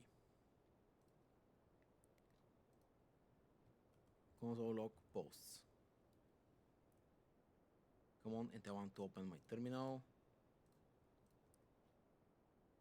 So refresh, and here it is actually. Here is the post. So you see here the ID description, user ID, and all of that stuff. It is here. Here you see from our user ID we get everything, and here is the likes and comments, and we return it here, so we know that it's working. But I'm confused why we don't get it here in the feed. The mistake is a very silly one, I would say. Here inside the fetch.js here I forgot to do the following. So await response.json and to return the data. Everything else is working. So do those lines of code, close the file, and here of course add the use clan directive inside the feed.jsx, because here we use the use state and use effect hook. So right now let me refresh the page and it should work. Yes, here we get the post here. The comments, create stat, description, likes, and the user data, which is great. We know that it's working. So let me remove that console log. Let me go to the post.js here, and let us begin here writing the JSX. Let me remove here this one, the console log, and let's go. Class name is going to be classes.container, then the classes.wrapper, and inside here I'm going to have classes.top. Then here I'm going to have an image container, so classes.image container. And for now we have only just static images, we don't have dynamic uploading and stuff. That's why here I'm just going to place next image, and here we're going to import an image from the assets. So here person out like that, and here let me import the person image from dot slash app slash asset slash and the first one. Then below the image container here I'm going to have span with the class name of username, and here user username, and here it is post dot user id username like that. Then here span classes dot username Twitter, and here is the same, so with an @ sign, and here I can just copy that, so it's again the username. Below that I'm going to have span with the classes.postAgo. So here we're going to use the timeago.js. So here that format function that I have just imported here, it's from timeago.js, and here it is just for formatting dates. So add created at, and this field, as I told you, the created at comes from this timestamps true, which I have set here in the post as well, timestamps to true. Then below that span and below the div here, I'm going to have a paragraph with the class name of description, and here post .desk. Below that paragraph here, I'm going to have classes.actions, and here I'm going to have first one action, which is for the comment, so AI outline comment with a size of 25 like this, and here span of that curly brace here, post .comments .length, and here 0. And below that I'm going to have classes.action. Here we're going to have a hard component, which is something that we have not created yet, so let me create it. It's basically for the hard. We are going to see it's basically toggling between liked and unliked. Hard.jsx rfc, and let me write the css file as well, hard.mulu.css. Let me import here, import classes from ./hard, and here we're going to implement it a little bit later after I do all the CSS, or actually why implement it later, we can do it just now. So here we're going to get from props two things, is liked by current user, and then we are going to get the event handler, which is the like. And here I want to have a condition here, so like that, and here is liked by current user, and just let me make it on several lines, like, you know, I like to split it. And let's start here writing the function. So if it's liked, I mean not the function but the logic, so AI fill hard size of 25 if it's liked, and here on click is going to have the handle to event handler. Otherwise here it's going to be AI outline hard, but of course, come on, we need to have it on component, so AI outline hard size of 25, and on click here is again the event handler. Great, and I need to make it use client like that, because here we use event handlers, on click I mean. Okay, and here initially is liked by current user, I'm going to make it false, and the event handler, right now I'm going to provide just an empty function. Great. And here below that I'm going to have a span which is going to hold the post likes. So right now you see how big is that image. Okay, let me go to the CSS,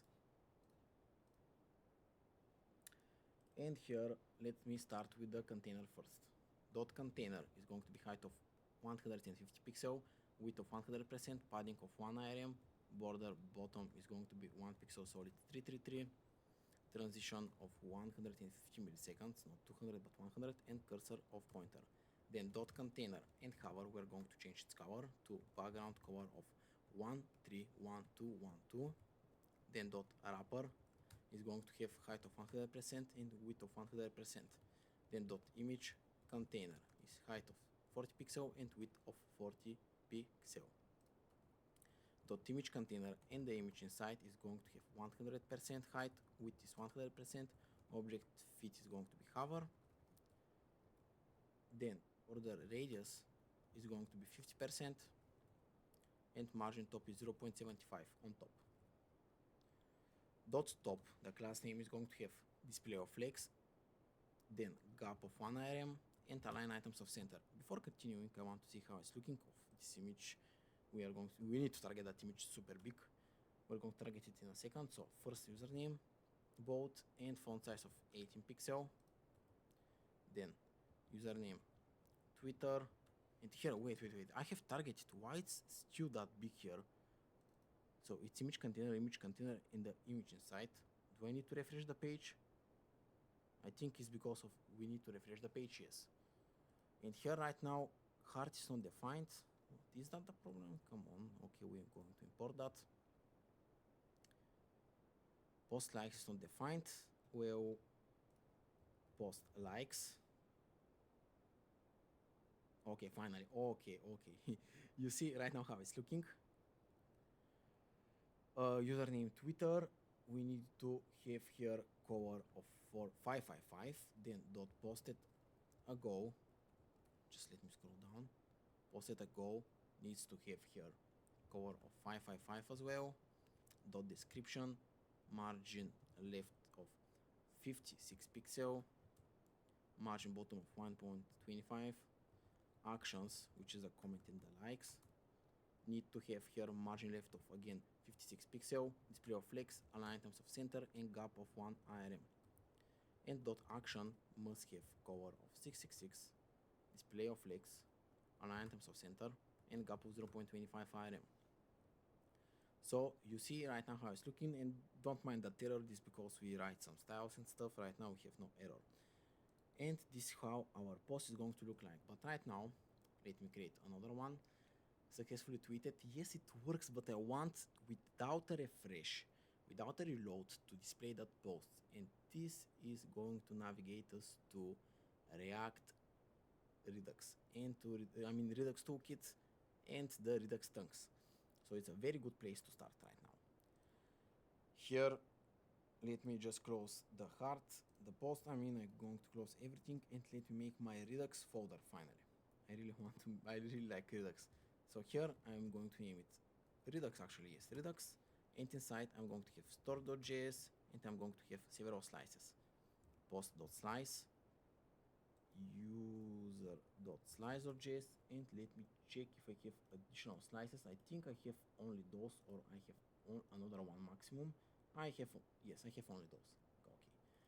Here, let me go to the store.js, and this is a thing that is mostly boilerplate, and I'm going to copy it from my GitHub. I'm going to tell you what it does, the most important parts. App Redux store.js. Let me copy it, paste it, and I don't think I need to use client here. So this here is from Redux persistence. You see here, basically you have reducers, and you combine those reducers, those two that we are going to create and write just now. You put here the reducers to create the store along with the persist config. This is from Redux persist, and then you just place it here and have some middlewares. This is from Redux persist. This is like from typical Redux toolkit. You just create the store, and place it here. This is like the most important part. Okay, let me close the store. Here we have the post slice. Let me create the post slice. So first I want to import my API object and then import create slice from Redux toolkit, as well as create async thunk. This is from Redux Thunk. Then const initial state is an empty object here, and then I want to create the post slice, which is going to be equal to create slice, and here name is going to be post initial state here, and then we have reducers which are an empty object, but we are going to have extra reducers which are going to have some interesting things. We get the builder here automatically from Redux Thunk, and we are going to write the functions. So before continuing writing the functions, we need to write the the functions that make the API request in order to make the other functions. So I know it's confusing functions and functions. Let me make first the API request. So export const fetch user post is equal to create async thunk, and here we just write how we want it to be called. So fetch user posts. That is not the URL we're going to fetch the data. This is how we want our thunk to be named. Here we get the user ID, and here I need to have an arrow. Actually, it's an arrow function. Const data is equal to await API dot get, and here post question mark user ID is equal to the user ID, and then we return that data. This is for fetching posts that are specific to one user. Then we fetch the feed post. This is whoever posted, like we don't, just the last post, last posts in plural from the feed, you know, the last 16. Create async thunk, and again fetch feed posts async, and here const data is equal to await api.get post return data. This is how we do it. And then export const fetch post details. This is for fetching an individual post. Create async thunk fetch post details, and here async post ID, and here let me write the logic. So const data is equal to await api.get post, and here post, and here the post ID, and then we return the data. This is the functions, and those functions have several states. I mean, they have fulfilled, which means successfully. They have error, pending. They have several states, and we are going to track only one of them, which is fulfilled, which means successful. Builder.add case, this is how we are doing it. Fetch user posts.fulfilled. As you see here, the properties. So they have fulfilled, which we are going to use, pending, rejected. It's not error, but it's rejected. Yes, if it's not a success. And here I want fulfilled.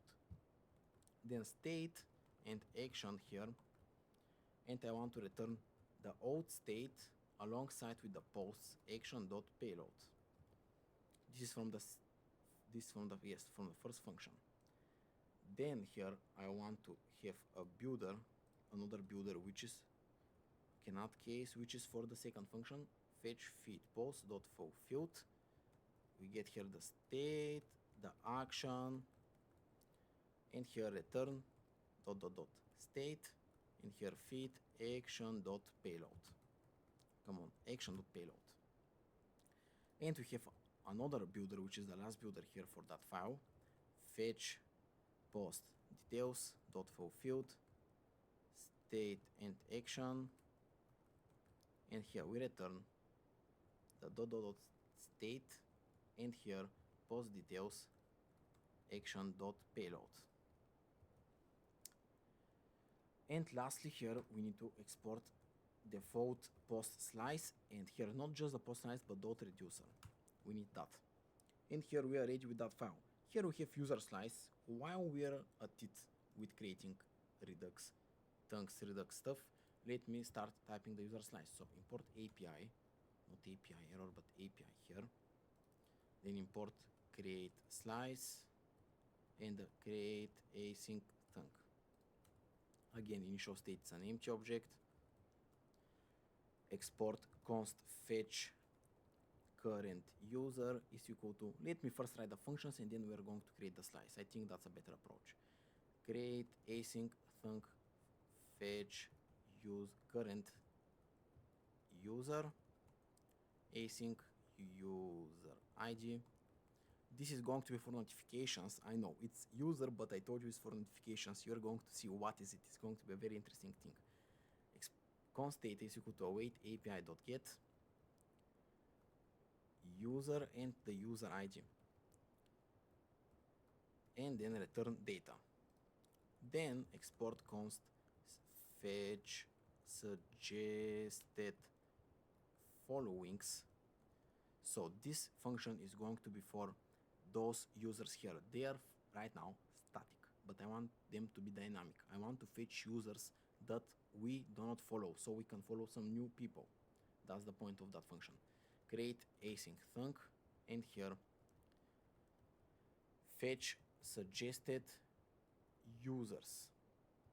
Here we get async and headers. Const data is equal to await api.get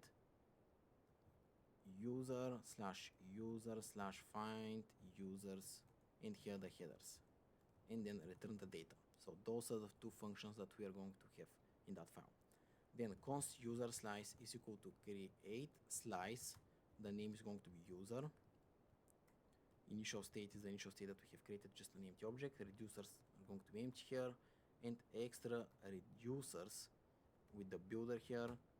We are going to have those two functions when they are fulfilled, when we are going to do a particular action. So builder.add case fetch current user when it's fulfilled, state and action here, and we just return the dot state and here the current user payload.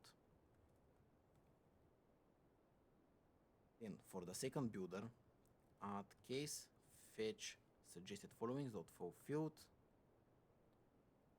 state and action. We return the dot state and the suggested followings action dot payload. And here it's a curly brace, not a square bracket. Same applies here, and we have no error right now. Okay. And then below export default user slice dot reducer. And this name property, if you wonder here, it is for Redux here, user and post. Then you need to be the same. So we are ready with Redux. Let me go back here where it was to the post component. Yes, post, here it is, post component. And we are going to need it in the feed as well. So here, the post component, we are going to have, actually no, it's not in the post component, we are needing the Redux here inside the feed. Here, we're going to first have const dispatch is equal to use dispatch. Let me remove that, and here const post is going to be equal to use selector state.post.feed, and here dispatch is going to have the fetch feed post. This is how we're going to do it, and we need it on another place. The tweet form, this is the main functionality, the main thing that we have created that Redux for now. So const dispatch is equal to use dispatch, and let me use it here above.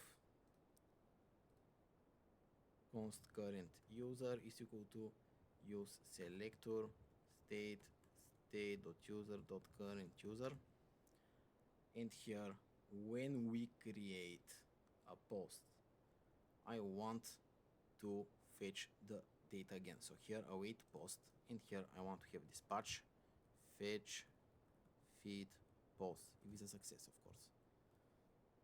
Could not find Redux value. Don't worry about this error. This is because we have not wrapped our application with Redux. Just let me go here to the layout, and here provider from React Redux, let me wrap it here, and here persist gate, and here we need to provide some props.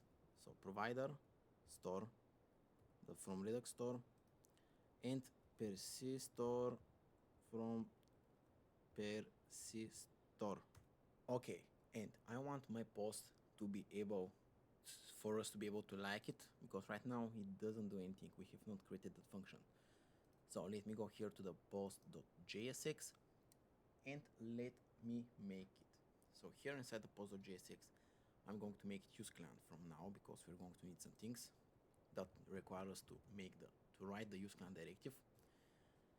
And here const user is equal to const user id is equal to post user question mark user id, and I want this here out. Then const user is equal to post question mark dot user id.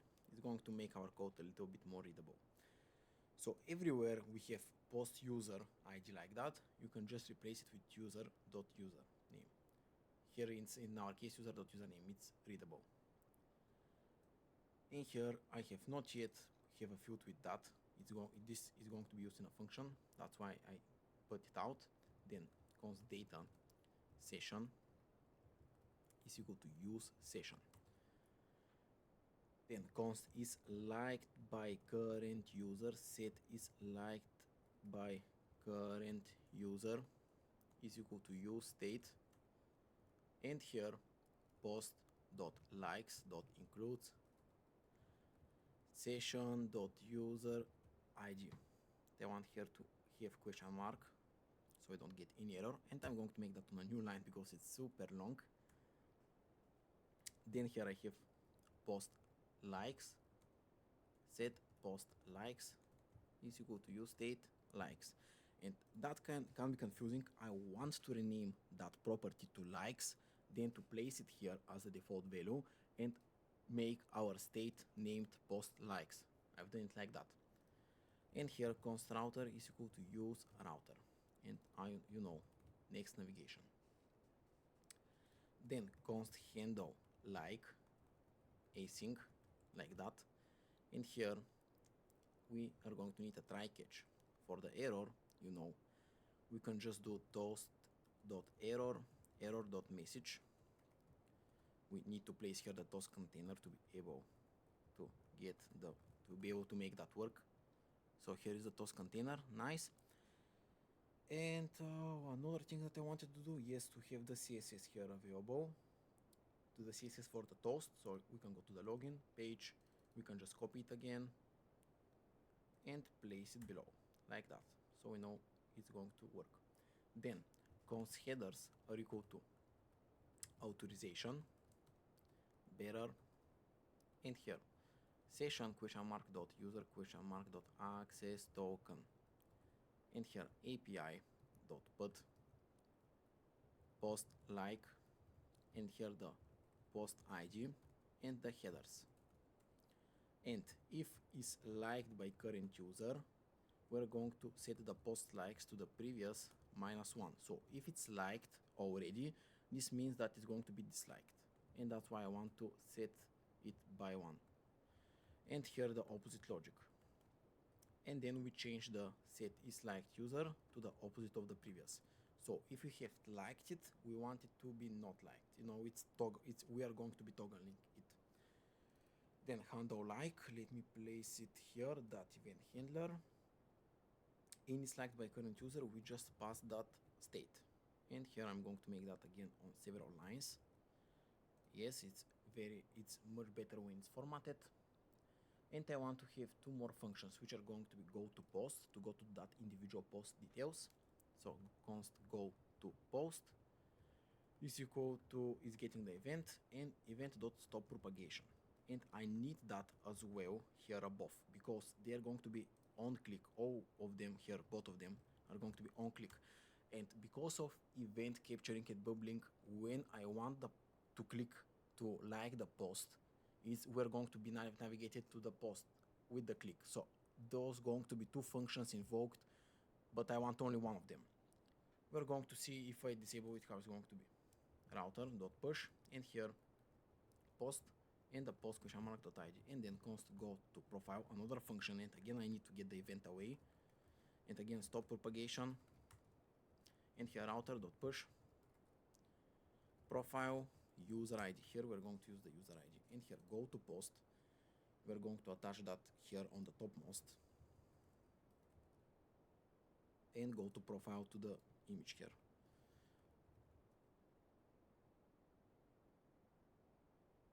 So right now, if I click here, I should be redirected to it's undefined because here it's user ID.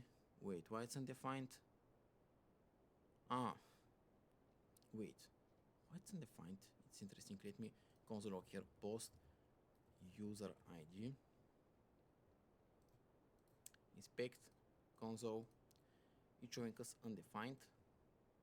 Is the post how it's undefined? So here the post, user ID, and the ID underscore. So question mark user ID, question mark dot ID. And here we get the ID. Probably it's some typo here. Yes, it should be user ID and then the ID itself. I know it's kind of confusing here.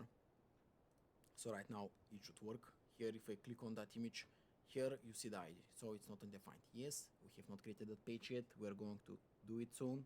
Don't worry. And here when I click on the post, I should be redirected to the post. Still we have not created the details, but we know it's working. But right now I know that we should have the like functionality working. So let me try to like it, and it's likable. It's, you know, the function is working, but here is the API request sent. So here it's the user one, which post here. Okay, I just want to remember the description here. Let me refresh and see if our ID has been put inside our user ID. So posts. Here it, I think, is the last one. No, it has been not sent. I mean the API request. I want to see here on the inspect if it's working. Okay, here, so handle like, have I placed it here? Wait, event handler, on click. I'm going to see right now. Let me debug it here. So like, and here, is it hitting that endpoint? The console log.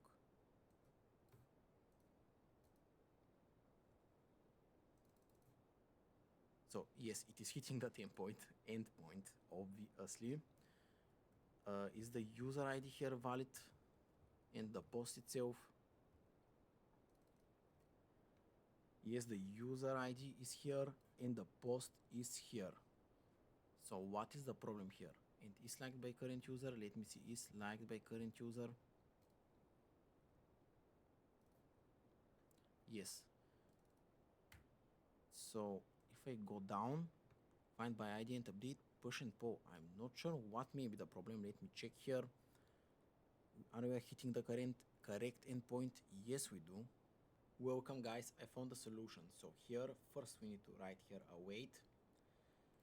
Then here dispatch, and we are going to fetch again the data after we like, because there is a mutation.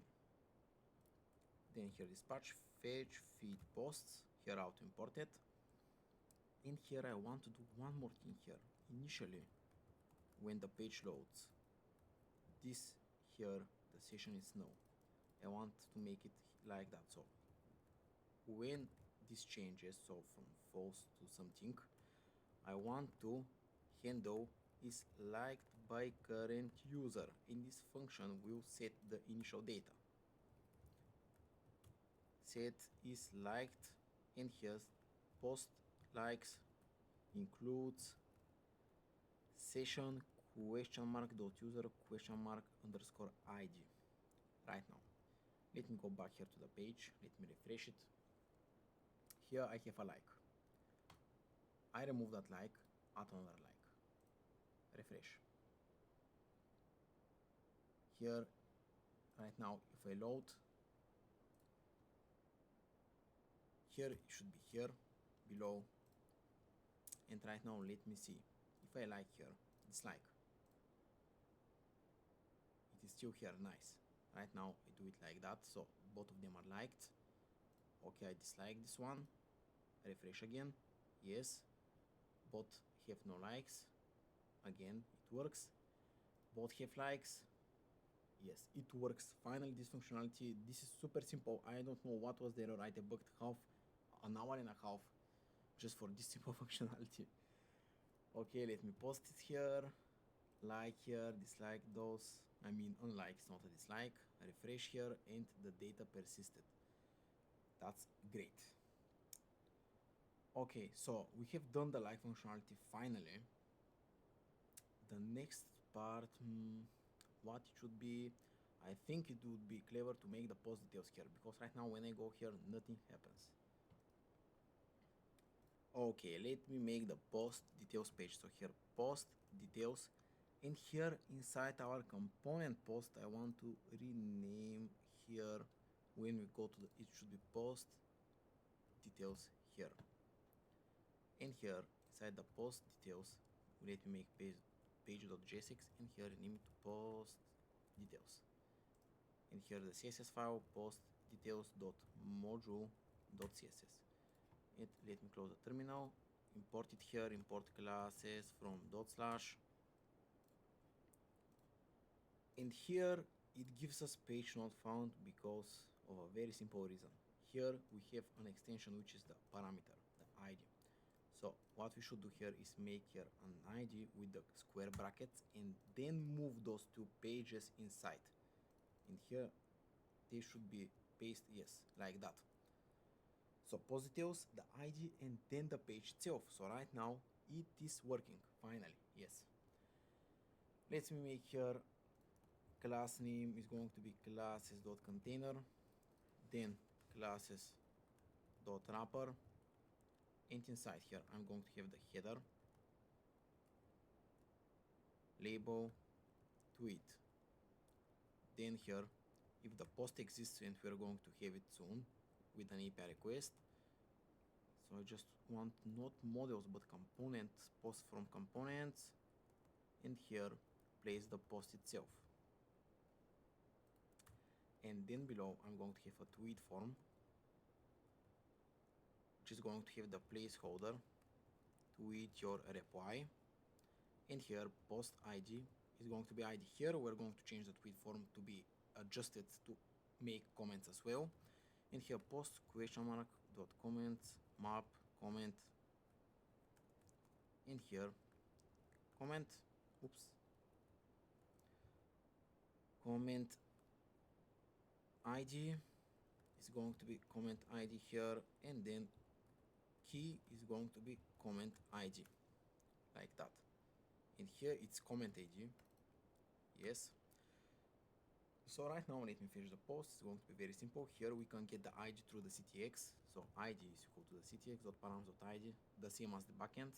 We can say then use dispatch, and here when we use hook, you know, we should use client. We not should, but we must.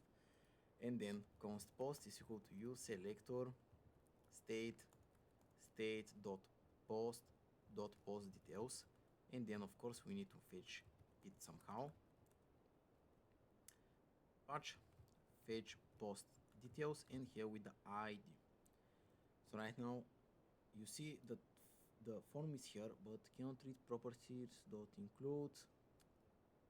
Okay, what's right now the problem here? Yes, it should be optional chaining because initially it's a no value. So here wherever we have post, we must make it here with a question mark.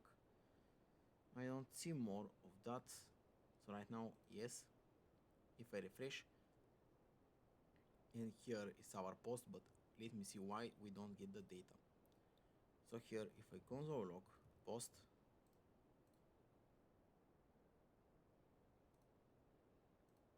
because here we get the user ID, notifications, wait, fetch post details, should get, yes, the post exactly, but from where I'm getting that from? 19, so from here. So there was a very simple one here. It was without the minus, and here if you have the minus you have no error and the data fetches correctly. You know guys, when you are tired you make some typos that can cost you 20-30 minutes if not more. So here you see post ID, the route, and here just add that hyphen before the password. So right now this is working great, and here I want to provide a back arrow, which is going to be AI outline arrow left. And if I go to the header we don't get it, so back arrow, and then we can just do it like that. So back arrow, and if you have it we just place it inside the curly bracket, so nothing complex. So objects are not valid as a React child. So how I pass it? So should I pass it? It should be inside a span. Yes, back arrow should be inside a span. My bad. And right now you see the arrow is here, so this is working correctly. and I think it would be correct to place it inside a link instead of a span, because I want to go to the home page when I click on it, right? So if I go here, I go to the home page, and I go to the post, I'm here in the post. Great. So here we have the post. We don't see here the like and stuff because we don't pass it. So here, post likes, post question mark dot likes, question mark dot linked, and right now we are going to see it. So if I refresh here, yes, I can like, it stays here, I can like, refresh, stays here. And it's good that I have some bugs to show you the debugging process, or at least part of it, because sometimes I cut it, to know that developing software isn't linear. You get sometimes bugs, to say the least. You get a lot of bugs, but the important part is fixing them. Okay, so we want to make that functional, but the tweet form, I want to make it possible to upload comments with the tweet form. So I'm going to show how we're going to do it right now. So here we get the placeholder and the post ID, and I'm going to go down and set it in the following way. So here I don't want this description here. Why? Because I'm going to show you how we are going to add it. And here, if the post ID exists, because this is the main variable, that property, which is going to decide if it's a comment or a post. Here else. So if it has a post ID, it's a comment because it's coming from here. See? So body.post ID is equal to post ID, and body.text is equal to that desk, because we have named, instead of description, our comment, we have named it text, and here body.desk. I should name that here text in the schema, but somehow I decided to do it with a desk. It's not that big of a deal. Okay, and then const make request is equal to async, and here if post ID exists, else, and here await post api.post / comment headers in the body, in dispatch fetch post details with the post ID. Otherwise, here we have await api.post to the post endpoint with the headers again and the body. And here we place that thing. And here is the same message successfully tweeted. And of course, we need to make the request. We need to call that function at the end. So right now, if I refresh, tweet, error occurred. Let me check. Failed to build. We have not made that endpoint. Everything is working, but we have not created that endpoint for the comments. So our next job is to make the comments endpoint. So here comment, and I want to have here ID, then like, because I want to be able to like those comments. So here it should be like, and then route. First, let me make the functionality to create them.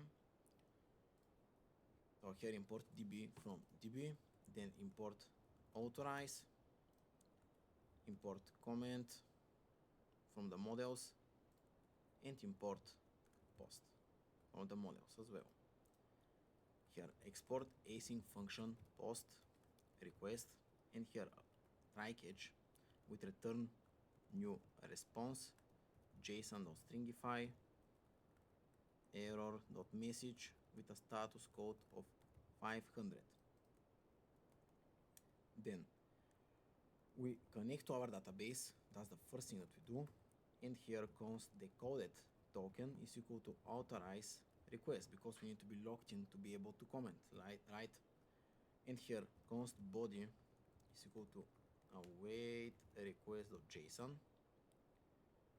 Const post is equal to await post find by ID, and here body.post ID. Const new comment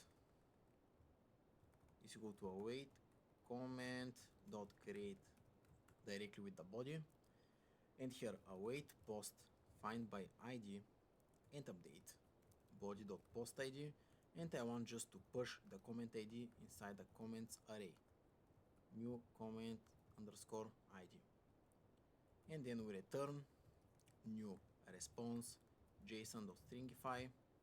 I return the new comment and then status of 201. So if I refresh the page here, tweet, we have an error. Comment, oh my god, here it's lowercase. How I make such typos? Like, I'm going to start copy pasting to avoid them. So right now we should have no problem if it's everything correct. Tweet, something new happened right now. Set but state comment fails to construct comment.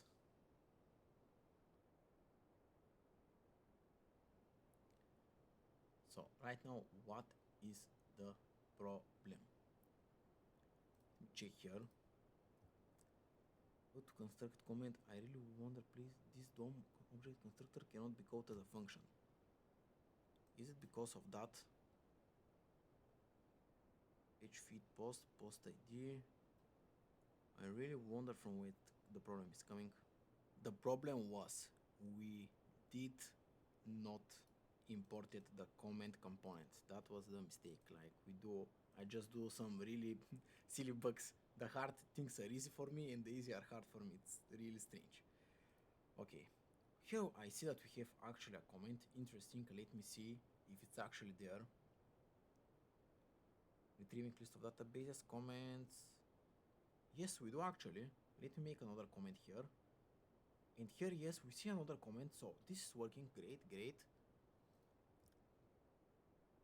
So I want to go into my comment component, get the comment ID and console log comment ID. I want to see that everything there is working correctly. Yes, here we get two different IDs. Great. So let me start making the comment component and then we're going to finish with making the like functionality for the comments and that nice stuff. So just a second to see. Yes, okay, so let me start first with the JSX. Class name is equal to classes.container, then classes.wrapper, and here again I'm going to have classes.top with the classes.image container, and here I'm going to have just a default image again as I did previously. So here source out, and here we're going to import that person. So import person from // app assets, and here that first one. Then we're going to have below that a span with the class name of username, and here comment question mark comment user ID username. Then going to have a span with the classes dot username Twitter, and here assign comment question mark dot user ID question mark dot username is basically almost the same as the post. So here post classes dot posted by, and here format that function that's going to format the date. So here created at comment is not defined. Actually, before continuing, we can just fetch it and make the endpoint because the JSX is not gonna, we are not going to see anything. So I should have done that, but it's not a problem. Use session, we need that one, and of course we need to make it use client because we use hooks.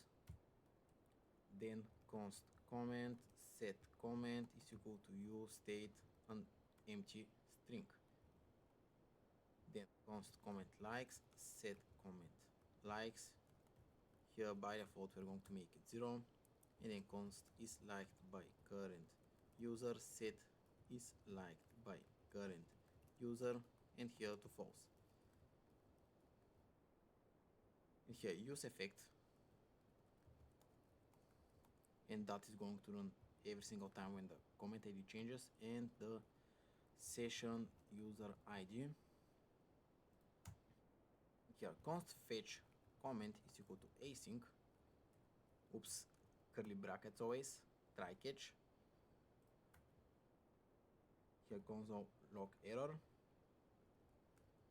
And here, for the try block, const data is equal to await API dot get comments, and here the comment ID, just that. Here set comment to the data, then set comment likes to the data question mark likes question mark dot length, and here set is liked by current user to the following data question mark likes question mark dot includes, and here session question mark the user ID. Okay, great. And then we call that function only if we have the user ID here. So fetch comment, great. And here I get an error. Is it because I have not imported something? Oh, here I get an error.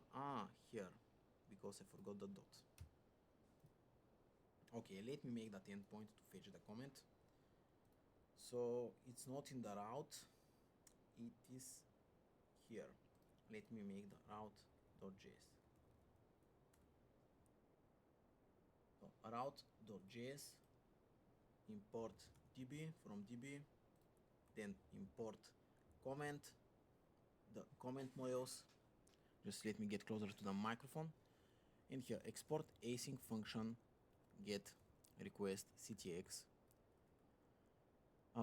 try catch, oops, error, and here return new response json.stringify error.message status of 500,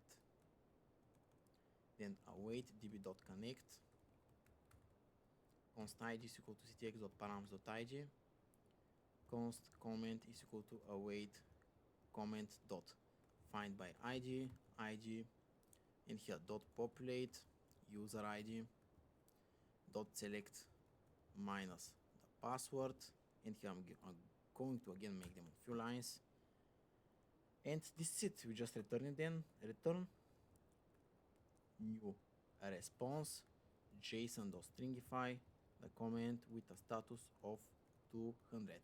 And while we are at it, we can make the like functionality as well. So here into the like id, and then route.js, import db from libdb, then import authorize, oops, and then import the comment models. This is what we're going to need. And here export async function put request in the ctx try catch, come on, try catch,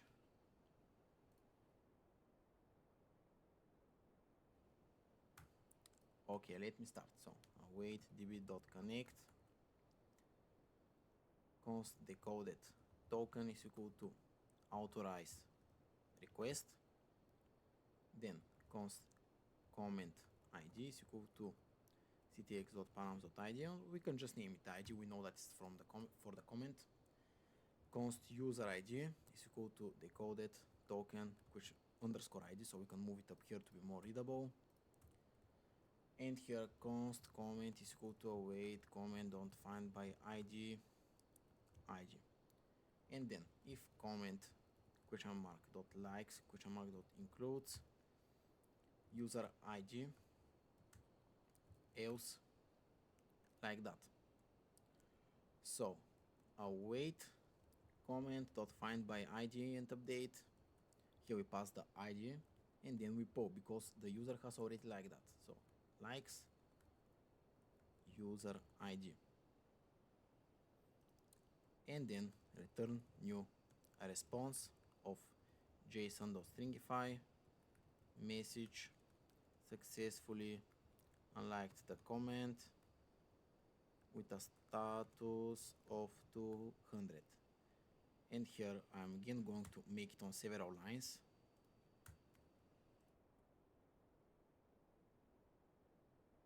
Okay, here I'm going to just copy paste it because it's almost the same, but here instead of removing it we add push, which is for adding something, and here instead of unliked we do the liked.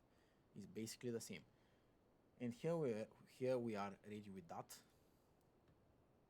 So if I refresh the page, whoops, you see here we need to style that comment component. So let me go here to the CSS of the comment component and let me start styling it. So I can make it with the splitted screen just for you to see how I'm doing it. Or actually, wait. We need to finish that. We have still a little bit to write, and then I'm going to do the styling. So below the span in the div here, I have a p with a class name of desk, and here it is comment (text). Then below that paragraph here, I have classes.action, and inside here I have the heart. And here the condition is condition is liked by current user. Yes, I changed that prop. Before it was disliked by current user, but I named it to condition. I'm not sure if I was filming the video, but just this is the only change. It's only the name. The functionality works the same. And here, event handler handle like. We are going to create that right now. Const handle like async. So let me make the like functionality, and then we are going to start it. Try catch, console log error. And here const headers is equal to authorization bearer session user access token await API.put comment /like comment ID, and then headers. If is liked by current user, else, and if that is liked, here set comment likes previous -1, otherwise we add it. We add a like. Previous +1. And the like, we have put that here. Okay, so right now we need to style it, of course. So let me go to the CSS, split the screen, and let me start styling it. .container, here height is 150 pixel, width is 100%, padding 1 rem on all sides, and border bottom of 1 pixel, solid 333. Then .wrapper, here is height of 100%, width of 100%. Image container is height of 40 pixel, width of 40 pixel. Image container, and the image is again height of 40 pixel, width of 40 pixel. Object fit of cover, border radius of 50%, and margin top of 0.75 rem. Then .top here is display of flex, gap of 1 rem, and align items of center.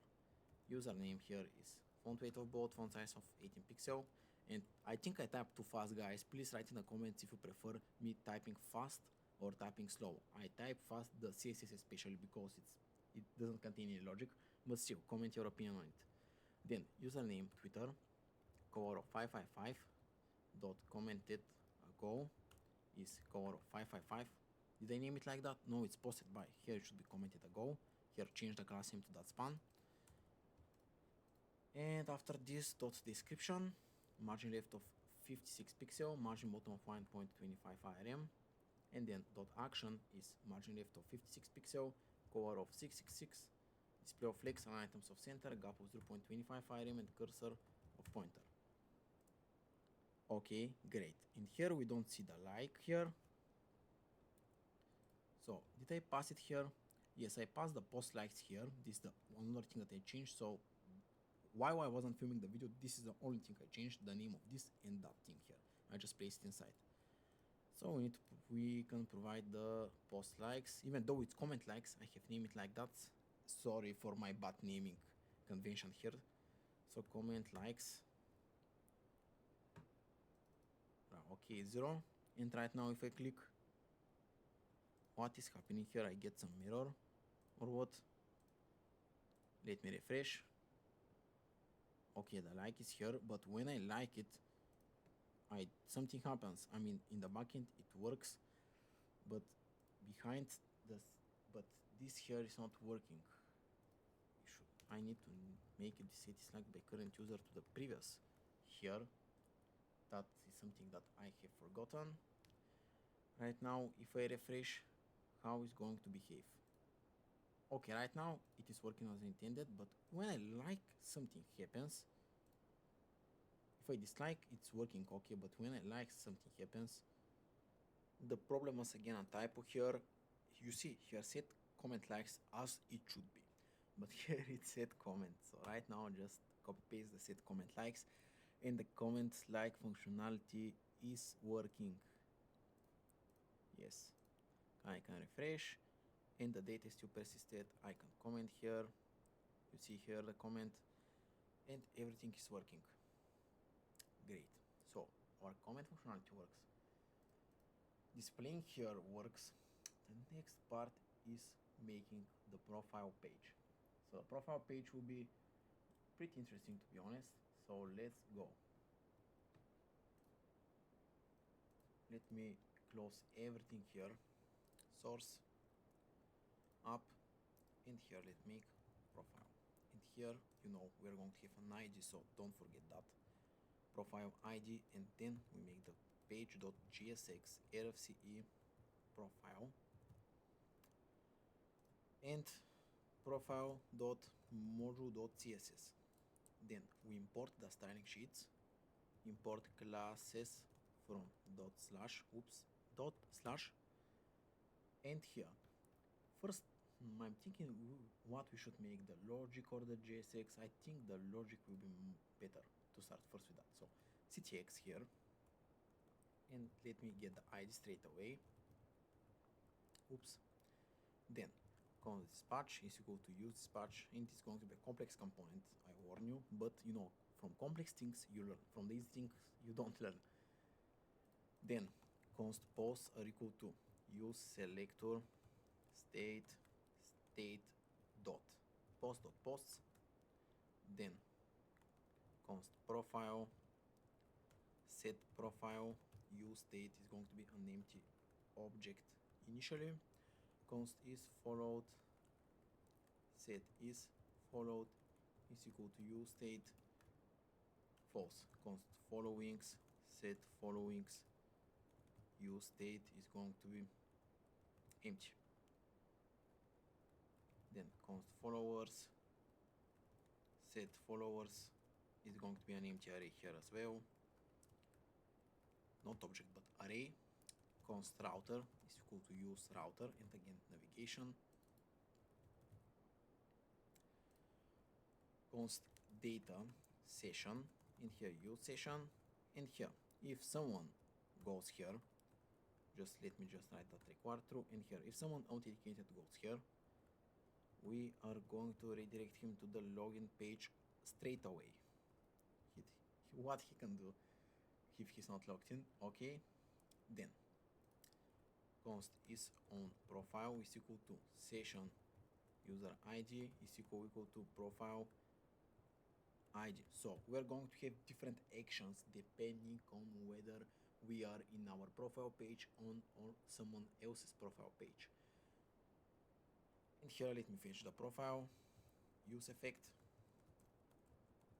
and here I put the ID, and then const fetch profile async try catch error, and let's write the logic. Const profile is equal to await api.get user, just make it like that, user, and here ID, and here set is followed. We're going to make that condition. So if profile question mark dot followers question mark dot includes session user ID, and here let me put that as a dependency here in data in our dependency array. If that is true, we return true.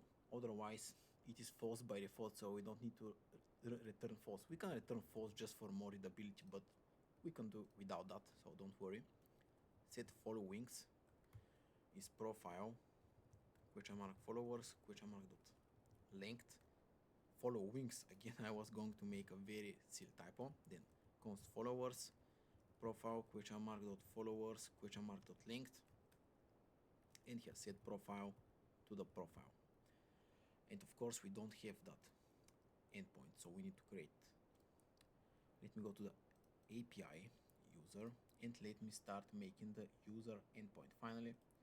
the final of the routes. Like the notification is very easy. We are going to make it very fast. I don't even count it. Okay, and here ID, then find users, and then follow. Here, let me first start with that one. So route.js, and import db from db, import authorize from authorize, and then import user from models user, export async function, get request ctx, try catch return new response json.stringify error, and error occurred with the status here of 500. Oh my god, what I say, 5,000. Then await db.connect const id is equal to ctx.params.id, and then const user is equal to await user.find by id, select minus password, and then dot populate followings, return new response json.stringify user status of 200. Then we're going to have one for updating the user, and we're going to create that functionality after we create the profile page. So here put request ctx try catch, come on, try catch, and here I'm going to copy that line of code. Let's start. Await db.connect, then again comes the code that token is equal to authorize request. Then we get the body is equal to await request.json, and we get the user id straight away from the recoded token underscore id, and I'm going to move it again up to be more readable, make a line here, and then if user id is not equal to the id that we want to update, this means that it's someone else's profile. So return new response is going to be json.stringify error, you can update only your own profile. And then if object.values from the body, if dot sum, if some of those values are empty, this means that the values that we provide to be updated. If any of them are empty, this is how we're going to do it. We are going to return an error, because you need to give us to the user to give us only fields that have some data. We don't want empty fields. Error here, fill all fields, and here status of, I think for validation it was, let me check, 403 status code, was it that? Field dependency 402, I mean 422. Server cannot press, although it understands the full name, validation status code error. Hence, I think, yes, we can do that.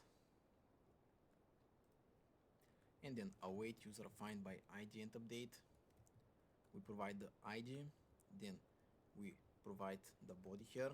That's how we update it. Set new to true. This new to true property is the following. So if we update the user and return it straight away, we're going to get the user before it was updated. Even though it was successfully updated, it's going to give us the old version of the user. And to prevent that, we can set new to true. Even though we're not going to return it, I just wanted to show you that property, because sometimes you're going to get confused and have errors and stuff. And then return new response json.stringify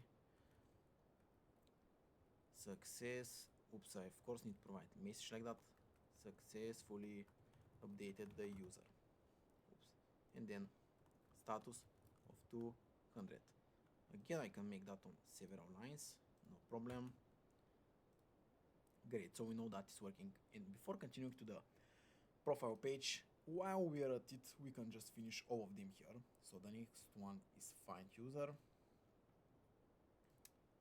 route.js. Let me close that, and then import db, from db import authorize and import the user model. Export async function get request, and here try catch. Oops, I want to copy that one here, not from here but from here. And here for the try block, await db.connect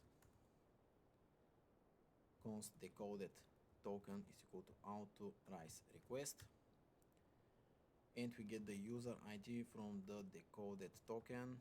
Oops, decoded token, and then const current user is equal to await user find by ID, user ID, and let users await user.find, like that. And then I want to have comments. It will return users that are not our own user and users that we aren't following. This is the function that we're going to do right now. So users are equal to users.filter user, and then if user underscore ID toString, and we do the toString because remember that in our database this is a string. You see, this is a string, but that is not a string here. The object ID when you fetch from Mongoose, it's an object ID, it's not a string. And if we don't provide that toString, they're not going to be equal when we use the strict operator that checks the types. So they're not the same type when you fetch them from Mongoose. Remember that this is a string and this here is not a string. We make it a string and we check if it's not equal to the current user ID to string, and then I'm going to split that on several lines like that. And here, oops, we're going to check if the current user.followings includes it. If it doesn't include the user ID to string, so this is making sure that it's not going to give us the suggested users, our user. I mean, there's no point in showing your own profile in suggested users, which is here in the Rightbar. Imagine here you see your own profile for find new friends. It's weird. And here we check if we don't already follow them, because what's the point of following someone, of showing someone to follow when you already follow them? It doesn't make any sense. And if we pass that condition, we return the user. And I want to show maximum 3 users. I don't want to have 100 users in the Rightbar. It's going to look very, very ugly. And then we return new response json.stringify user, and here status of 200, and here it's users, not user, it's a plural. We are ready with that. And the last one is follow, which is going to have here ID and then route.js. And let me make the following functionality finally. Let me close all of this here. Import db from libdb, import user from models user, import authorize. Where is it? Here, and usually it's above the user model. Export async function put request ctx, and here try catch. Oops, return new response json.stringify error.message status of 500.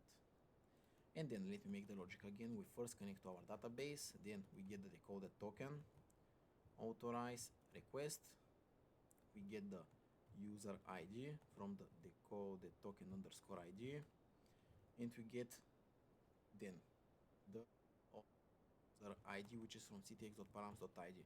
And this should be named current user ID in that specific function because it's more correct, because here we have our own ID and the user that we want to follow. Then we check if the current user ID is equal to other user ID, return new response here json.stringify error, you cannot follow yourself. Like, bro, imagine that I need to write this. Please if there is some application that you can follow yourself, just don't. It's weird to follow yourself. That's why I do that. And it's funny to me. Okay, never mind that. We check that. Then const current user is equal to await user.find by id with the current user id. Const other user is equal to await user again find by id but with the other user id. And then we check if the current user dot followings dot includes the other user id. Then await user dot, oops, what was that? Await user dot find by id and update. And here I'm going to provide the other user id and pull from him the followers, which is me. And then await user dot find by id and update the current user id, and we pull from the followings. This time here it's followers, but here it's followings, the other user id, because imagine this, we already follow that person, and when we follow that person we are in his followers, and here he is in our followings. So we want to remove one of his followers, which is us, and then we want to remove one of the people we follow, which is him. That's the logic. And then return new response. Here JSON.stringify. Message is going to be here, successfully unfollowed the user, with a status code here of status code of 200. Else, this means that we have not followed him, so we can freely copy paste this here, copy paste, and just change several things. There are exactly 3 things. Here it's push, the second thing we change here is push, and here it's followed. This is it. This is the logic. That's why I copy paste, because it's almost the same. And we are ready with this finally. And here, if the session ID, user ID, if that exists, let me fetch the profile. I think I went too fast, so we are ready with the API. The next part is here going to our profile page in our client and fetch the data for the profile, because we have already configured all of the endpoints that we need. And then we fetch the data. Just a second to see on my other screen. Okay, so we fetch the data. The next part is to fetch the posts for that profile. So use effect here, and here dispatch fetch user posts with the ID here of that user, and I'm going to provide that ID as a dependency here. And then we have const handle follow, which I'm going to declare just for now, but I'm not going to type it right now. I want to write the JSX currently. Here class name is going to be classes.container, then classes.wrapper, and here we have the header, and here I'm going to provide the following. Label is going to be the profile !, username, back arrow is going to be here the AI outline arrow left. Below that, classes.cover picture, and I'm going to provide again some default pictures. Later we're going to make image uploading possible, but for now, image, just let me import it, image from next image. Here source is going to be person. We're going to use the same picture for the cover and the profile picture, because we, as I told you, we have not the follow, but the uploading picture functionality currently. Later, when we make the edit possible, we're going to do it. So source person out cover picture. Let me import that person here. Import person from // app assets, and here the first one. Wait, so // assets, yes. Then below that I'm going to have the profile picture. Just let me copy paste, because it's the same here, but here it's profile picture, and change it to profile picture. Then I'm going to have the action buttons, and those will be for edit, follow, all the stuff I want them to be abstracted. Is on profile is going to be with the is on profile. Then ID of the profile, here ID is followed, and then handle follow, handle follow. Come on, handle follow. And have I imported it? Yes, I have. Then the profile hero, let me import it. The profile hero is going to have here the profile, followings, followings, and followers, followers. And then here we're going to display the post. So if the post dot length is more than 0, we're going to display them. So here post question mark dot map post, and we have already made the post functionality. So let me just close it like that, and here post. Just let me see if I have imported the models. Yes, I don't know why I import the model automatically. It's coming up first. Of course we want the component, and here key is post underscore id underscore id, and here post likes is post question mark dot likes question mark dot length, and then the post. Oops, come on, post. Okay, and I can make it on several lines again to be more readable, like that. Perfect. And here it's not two ampersands but a condition here. Otherwise we have an h2 which is going to display here no profile has no posts, and here we're going to have a class name, classes dot no posts yet. So finally I can go to some profile here. Come on, I want to refresh the page. So we are in the profile page, but you see how big is this image. Let me go to the CSS and let me style it, and then we're going to do the other components. So dot container is position relative, then height is 100%, width is 100%, dot wrapper is going to be height of 100%, width of 100%, display flex, flex direction, come on, flex direction is column, oops, then dot cover picture is going to be width of 100% and height of 250 pixel. Dot cover picture and the image inside is going to be height of 100%, width of 100%, and object fit of cover. Then dot profile picture is going to be here height of 100%, width of 100%, and object fit of cover. Actually, wait. Remove that. I was looking at something else. Position absolute is going to be different. Position absolute, width of 125 pixel, height of 125 pixel, top of 16 IRM, left of 1 IRM, and in profile picture in the image border is 5 pixels solid black, height of 100%, width of 100%, border radius of 50%, and object fit of cover. And here for the no posts yet, we're going to have margin top of 1 IRM, text align is going to be center, and here font size of 40 pixel. Come on, oops, okay. And to see how it's looking very nice. We just need to make this here work. So let me go. Here inside the page, let me make first the action buttons. The action buttons will be the first. So we take here is on profile, come on, is on profile, id is followed, handle follow. Here we have button container, that's how I have named that.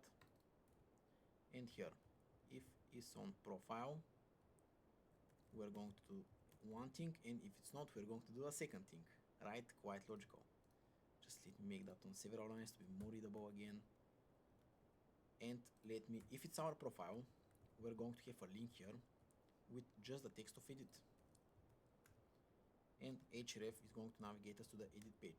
We have not created yet, but we're going to do it soon after the profile.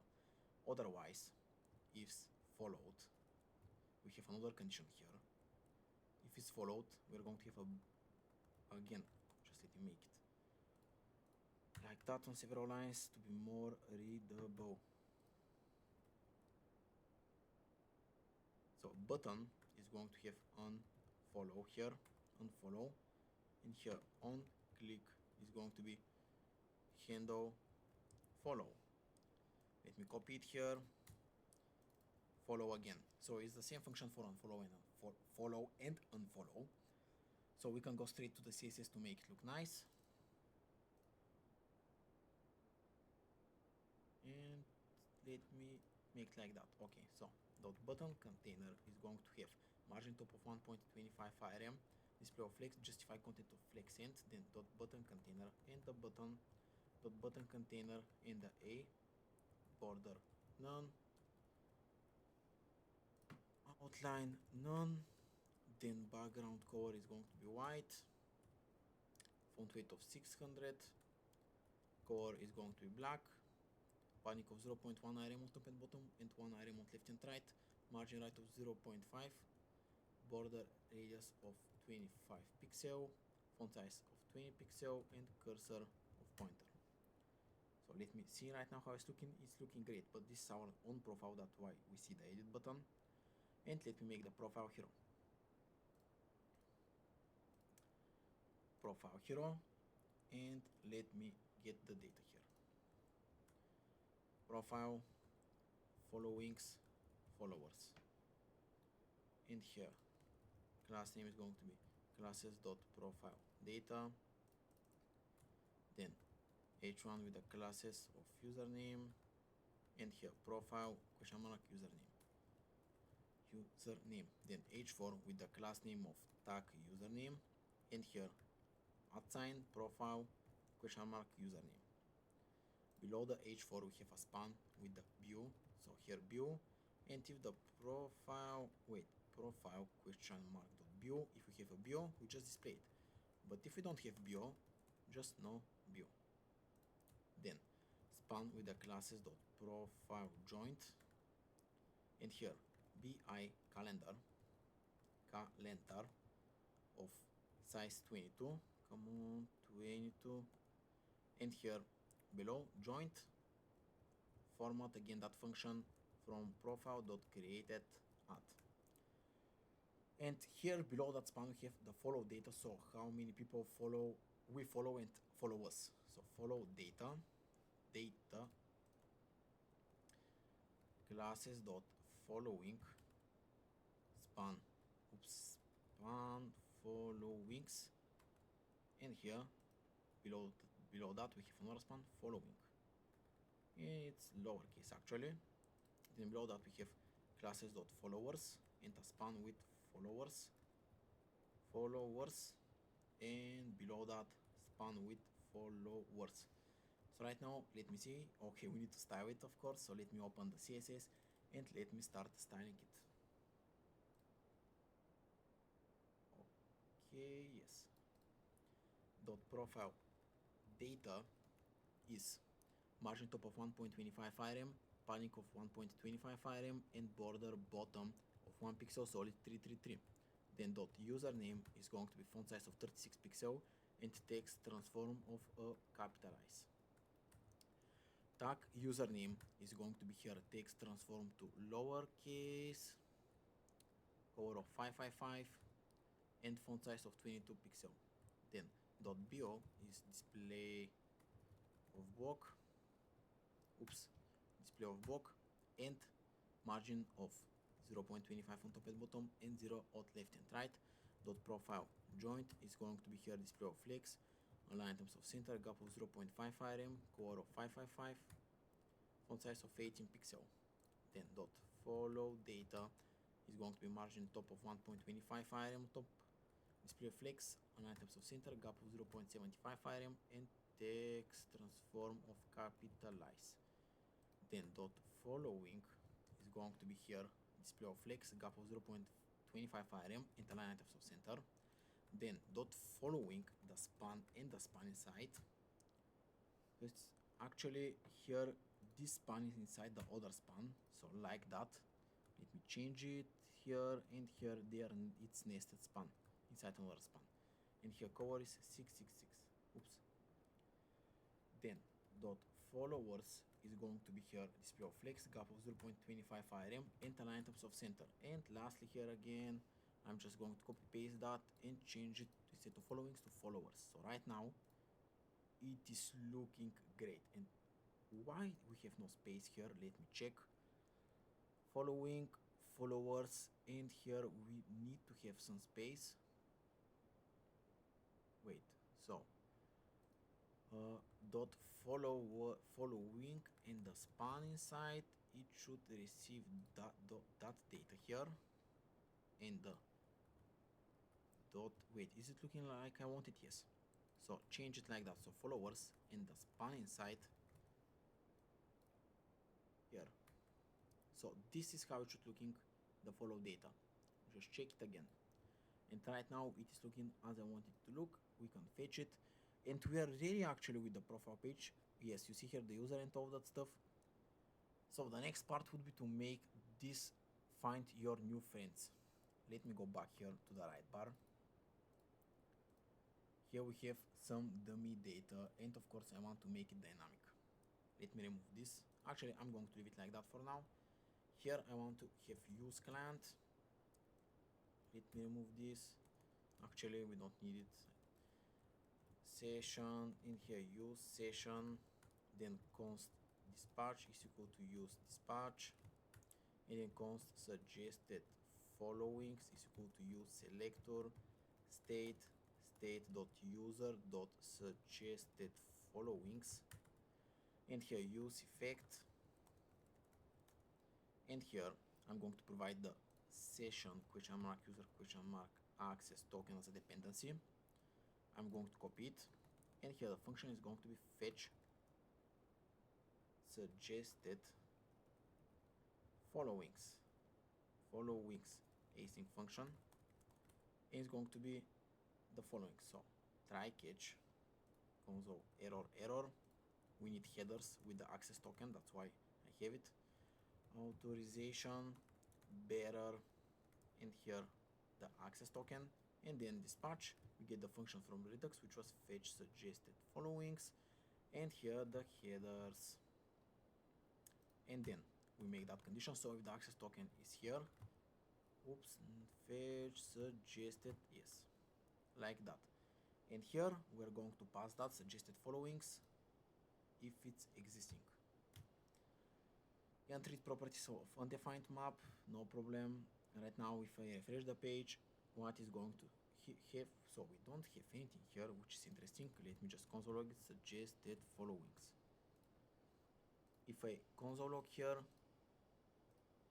let me refresh. Oops, we get a lot of messages here. Wait, I'm going to check what's the problem. Guys, we made an infinite loop because the function here, that name, is the same as in Redux.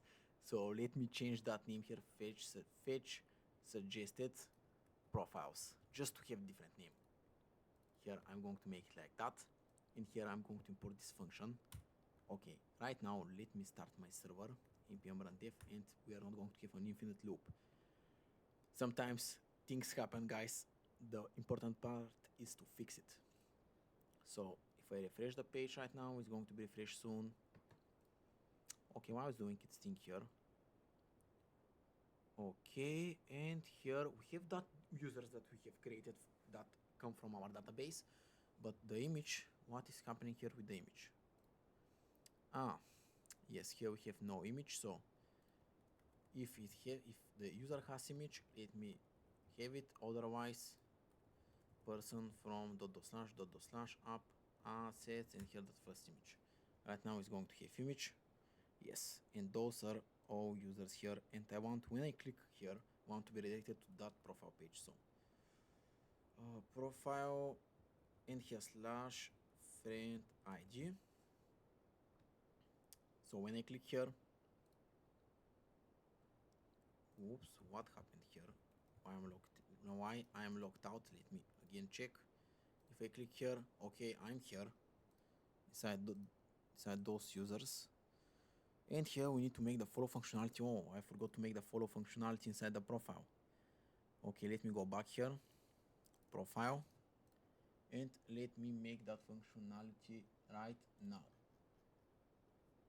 So handle follow here, try catch. Oops, not true, but try catch, console log error. Of course we can make it with a Toastify, but with what error we can get except the server, so I'm not going to dive into that currently. Authorization error session user access token, and here await API dot put profile, user, follow and ID here with the headers, and then dispatch fetch current user with the session user ID just to update it because we updated our followings, and fetch suggested followings. I'm going to tell you right now why headers, because right now this user is a suggested following, and when I follow him I want him to be removed from here, and you're going to see right now there's final tweaks here. So is followed, set followers previous +1, and here else set followers previous +1, and above should be must be minus like that, and here set is followed to the opposite, so it's not followed. Okay, right now I'm here and I want to follow that user. So you see right now we don't see him. I want to click on that one, which is the first one. So remember his username and watch here. When I click follow, you see right now he's not here and he has one follower more, and here should be followings.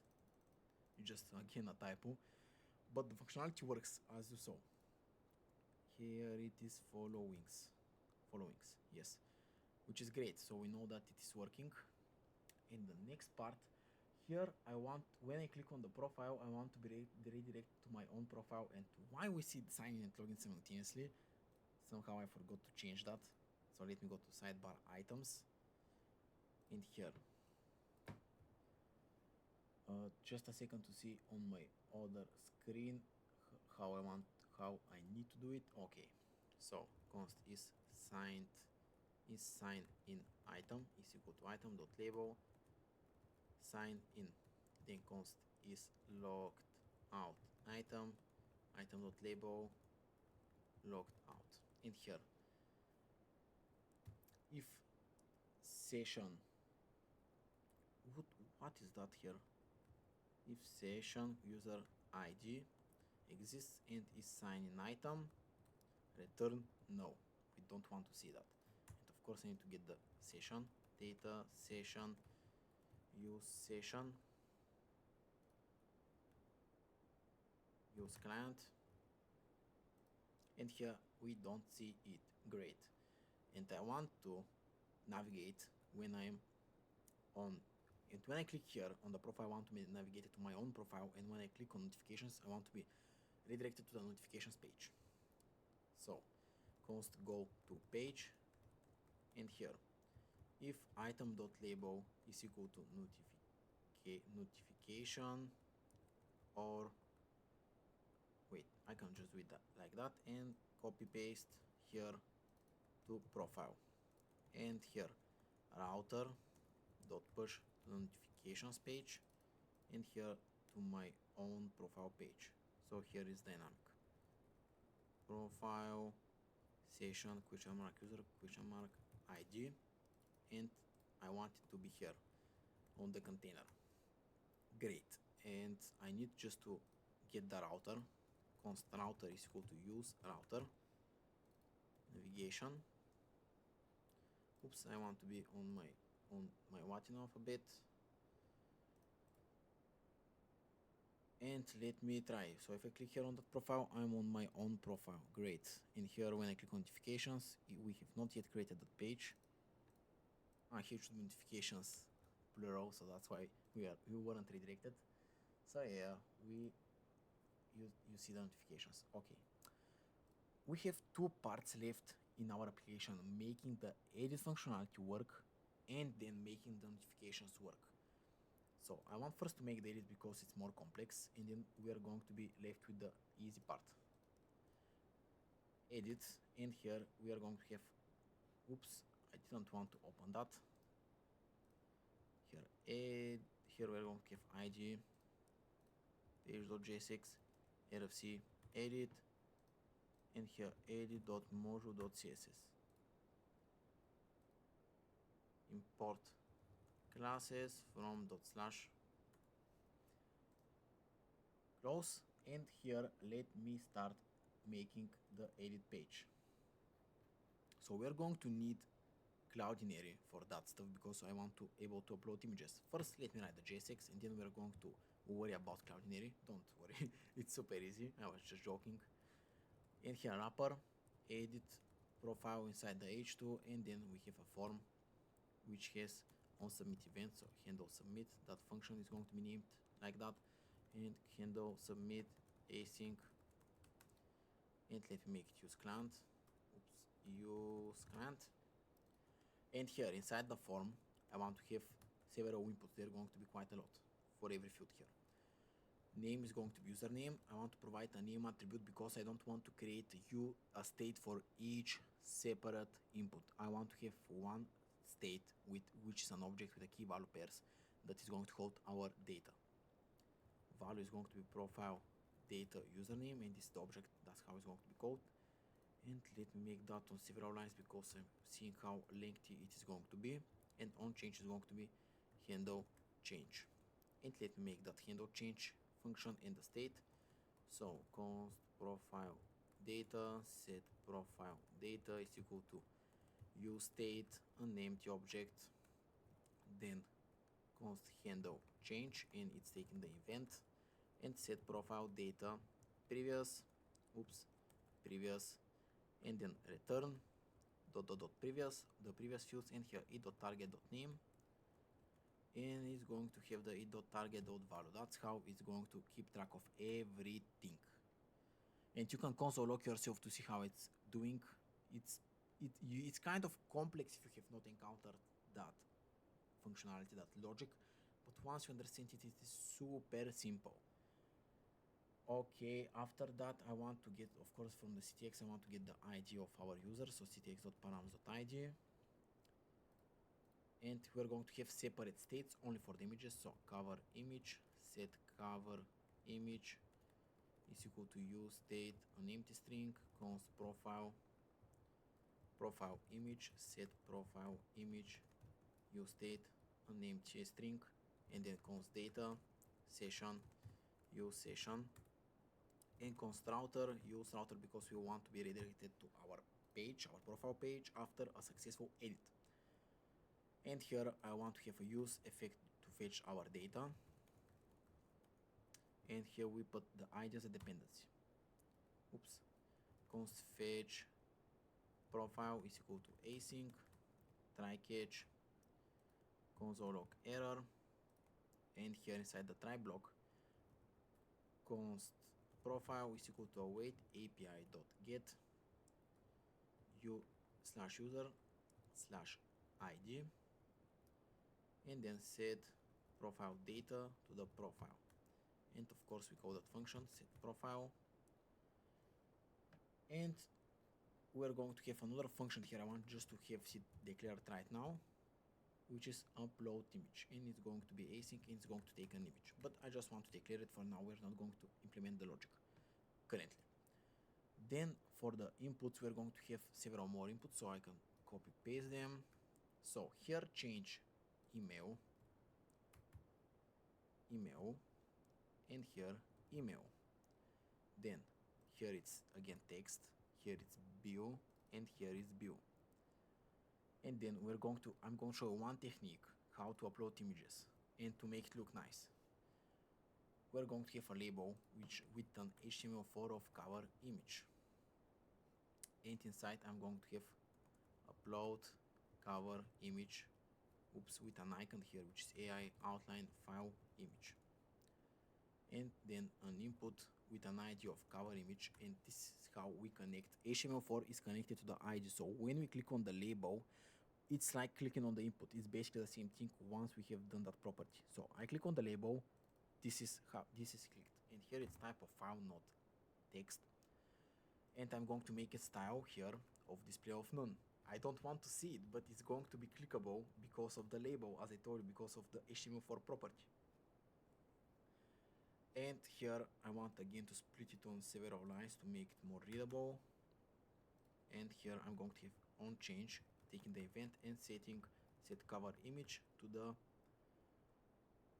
event.target.files because it's an array and we get the 08 index, basically getting the image because it's in an array and I want to get the first index because we have only one image, right?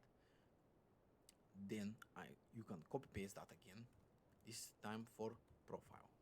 Here it's profile image, set profile image.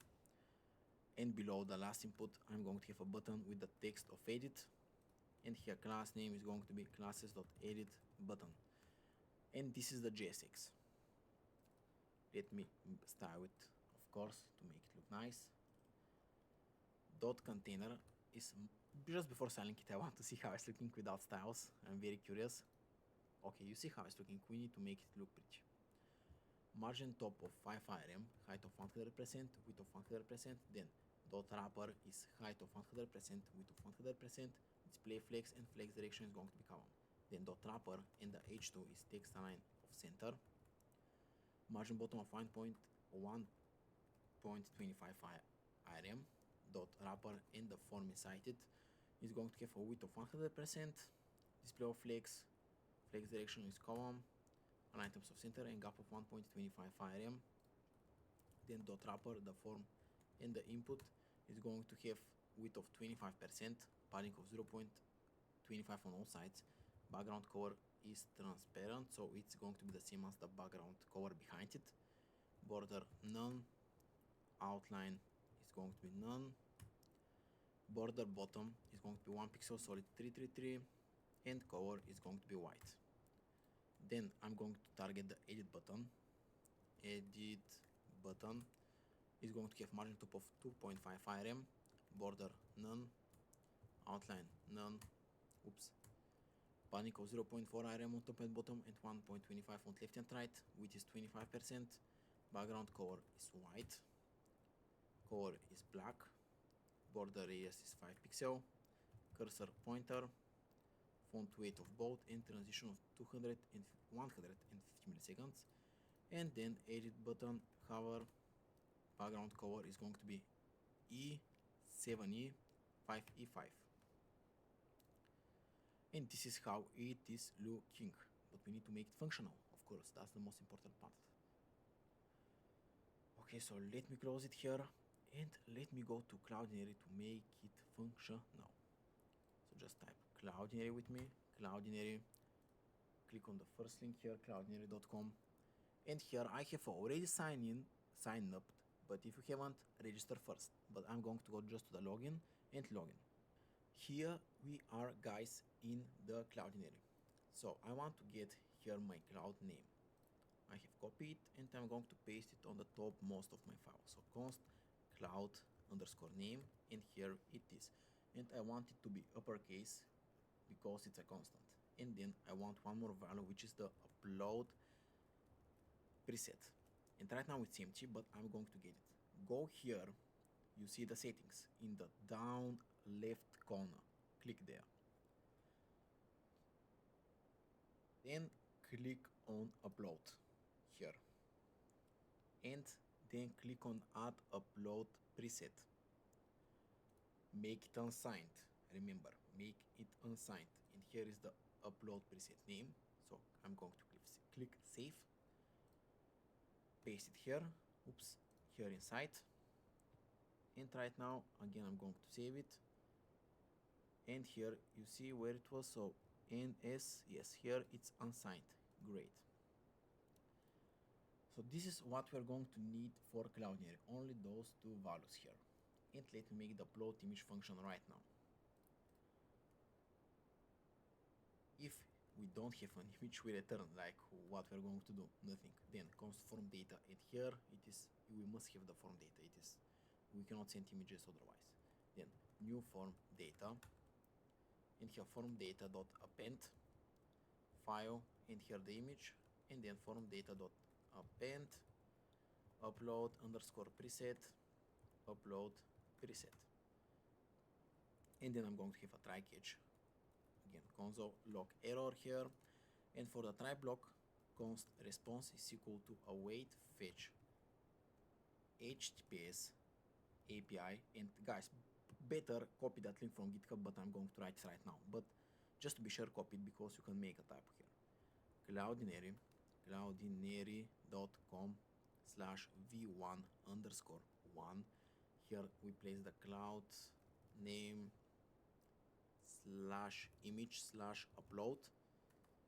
Come on, upload. And here we, oops, not here, but here we provide a method of post and body of form data.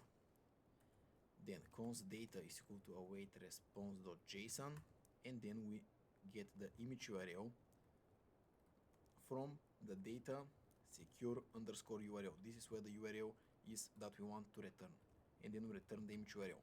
So we have the image here. If you don't have the image, we return. Then we create the form data and place the image. We make an API request with that image, and then we get back the link that is pointing us to that image. And yes, we return that link, of course. So let's make the handle submit. First, event prevent default, because here it is inside a form. And when we submit a form, it is refreshing the page, and I don't want that behavior. That's why I escape it. Here a try catch, console log error, and here const headers is equal to authorization bearer session user access token, and then content type application/JSON. Below we have the body, which is the profile data. We just spread it like that, and then let cover image URL, let profile image URL, and then if we have cover image, this means that we want to update the cover image. We place the cover image URL with await upload image cover image, and then body.cover_pic is equal to cover image URL, and then if profile image URL is equal to await upload image profile image, and then body.profile_pic is equal to profile image URL, await API.put user ID, and here headers and the body, and then router.push to our profile page that we have just updated. Great. So right now I'm here, and I want to make my username 123, and I want then to click on edit. Click in edit. We get an error or something. Let me check here. Server responded with a status of 500. Let me check why. The error comes from here. So into the user ID route, you see it here, API user ID route. Here, I don't know why I have populated the followings. We don't need it. Here, I'm just going to remove that. And here, if I refresh the page, the data is populated. And right now, if I click on edit, again I have error occurred. And right now, let me check what is the data here. So let me debug here alongside which you're watching. So body.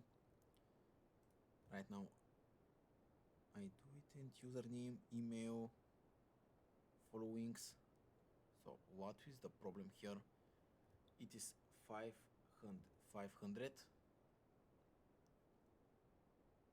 Let me check here. So is it going below here? Oops. Is it going below here? Edit, error occurred. I'm not sure. I think we don't pass some of the conditions here. Let me check again. Again, I click on edit, and we don't see that. So if I go above, let me try again. Is it going below that? No. is it? Because we don't get the ID away. Here I forgot, I think that's the main part. Let me remove that here and let me get the const id is equal to ctx.params.id. We have not defined that variable. How we can do it otherwise? Right now 1, 2, 3, click on edit, and here we have done that successfully. Here you see the username has been updated, which is great. Right now I want to have some image, so here let me click on cover image, and here let me have that burger here.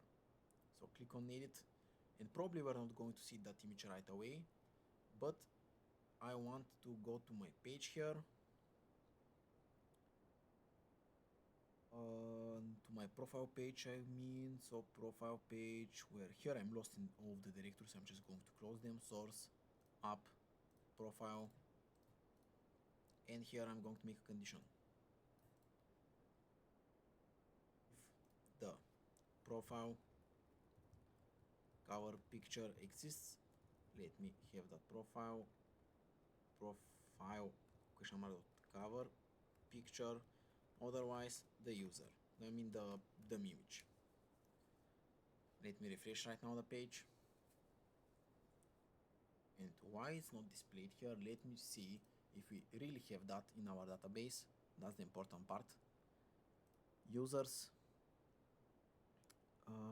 cover, yes, here it is actually. I thought we don't see it. Yes, here is the image here, so we know it's here, but why it's not in the cover here? We've done it with cover picture, but it should be cover pic, so change that to a cover pic. That's how it is in our database. And we get one error which we can fix straight away. I know what is it. Image with the dot source is missing required with property. Okay, let me just write with 25, 250, I mean not 25, and height of, let's say, 100 pixel, just like that. And we're going to get another error which I want to fix. Yes, this one. You can go freely into my GitHub. This is the easiest way to fix it, and it is because it doesn't know that URL. You must provide inside your config that URL, because otherwise it rejects it.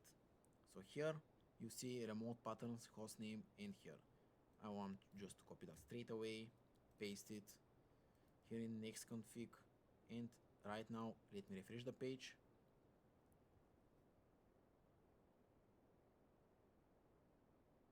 So come on, why it's loading so slow? Oh, okay, it's loading right now, and when it fetches the data we should get here the cover image.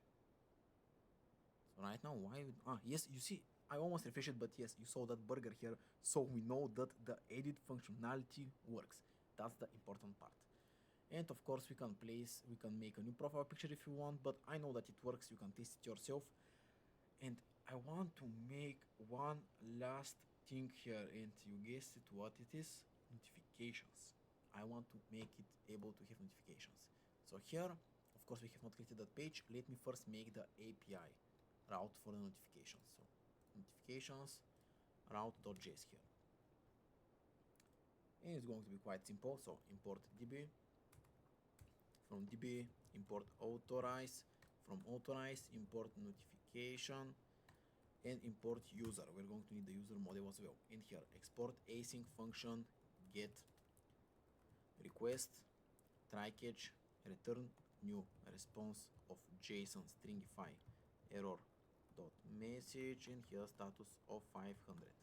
And here for the try block, first we connect to our database db.connect, then const decode that token is equal to authorize, and here we place the request, and then const user id is from the decoded token underscore it. Come on. And then await notification update many that have the user id. This is what happens when we fetch notifications. We fetch the notifications, but I want to change them to be not new. So new is going to be false. And that new is going to be important because we're going to show the user a bell here. You see here we're going to have a blue bell. We're going to have it soon. and this is it, and just new to true. Actually, just let me set it. Okay, then const notifications are going to be equal to await notification dot find with my user ID dot sort, and we want them to be created at -1, so we get the newest one first, and then await user dot find by ID and update user ID set has notifications false and new set to true. This has notifications is going to make our bill here, and then return new response json.stringify notifications, come on, status of 200. Nice. Let me close this here and let me make the notification page. So notifications page.jsx rfc, and here notifications.module.css, and here let me rename it, of course, notifications, and we are going to make the notification functionality. I mean, we have the functionality to fetch the notifications, but we need somehow to create them, right? And we're going to do that just now after I import the styling sheets. So in order to do that, I'm going to go here to my lib, and I'm going to make a function here. So in my lib, I want to have a function create notification .js, and here import notification model and the user model, and here export const create notification is equal async user ID and the text. We want to notify the user when he has new notification and with the text. So await notification dot create user ID and text, and then await user dot find by ID and update user ID, and then set new to true. Has notifications, I mean, my bad, has notifications. Yes. So this is how we are going to do it. When we have notifications, of course we are going to notify the users to change that field. And when you fetch them, you fetch them, obviously, and you make that has notifications to false, because here into the sidebar item, before continuing, let me make it so sidebar, where it is, here I'm again lost in my directories, sidebar here, yes, and here I want it, actually no, we go here to the sidebar item,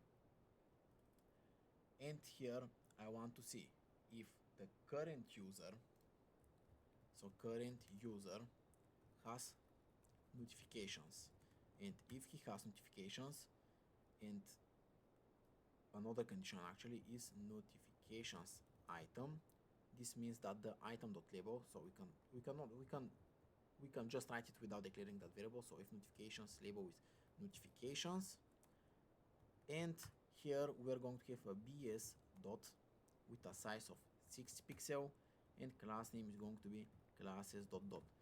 So if our user has notifications and this is the notifications item, then we are going to have that blue dot here, and let me style that blue dot here, which is going to have position, common position of absolute, then left is minus 0.75 IRM, bottom of 0.2 IRM, and fill is going to be 4747 EE. Great. And current user is not defined. Yes, he is not defined, so let me get him. Current user is from const current user use selector state.user.current user, and here we are going to fetch him. Use effect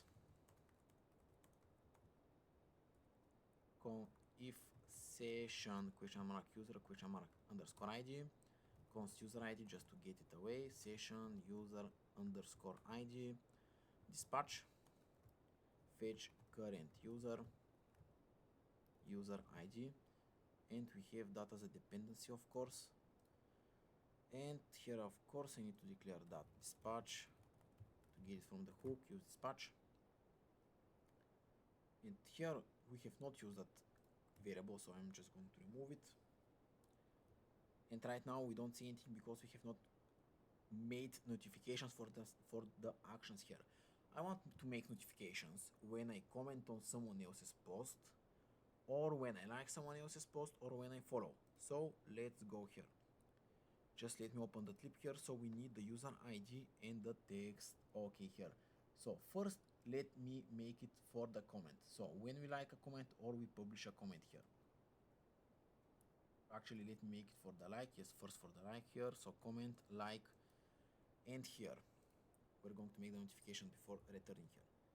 Await create notification, and we provide the comment.user ID. Someone unliked your comment. Then here, have I imported it? Yes. And here below, I'm going to have someone liked your comment. Then I want to make that for the post. So when we like someone else's post,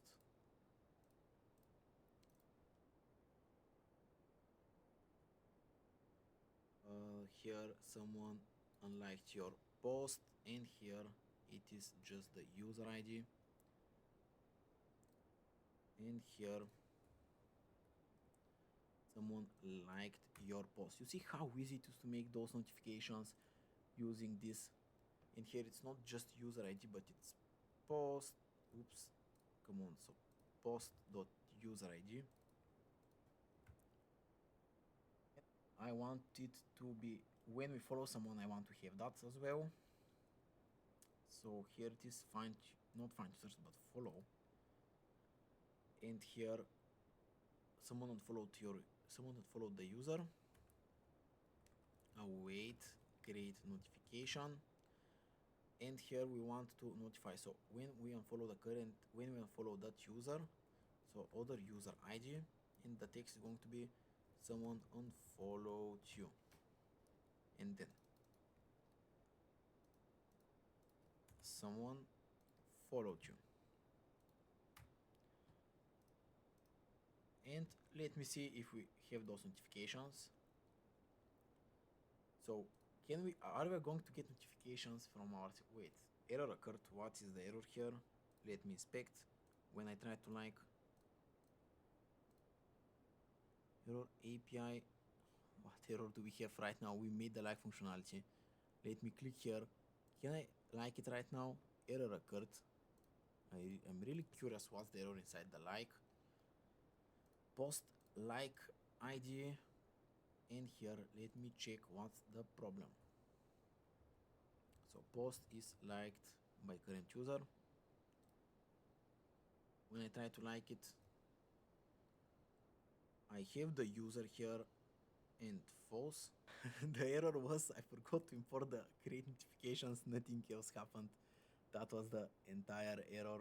You know, when you write code for so long, you get some nice errors. So I liked my own post because you can exclude when you like your own post to get notifications, but right now I did it purposely. So you see here we have notifications. When I click here, I get redirected to the notifications page. So let me make the notifications page, and later I'm going to log from another user just to show you how should work.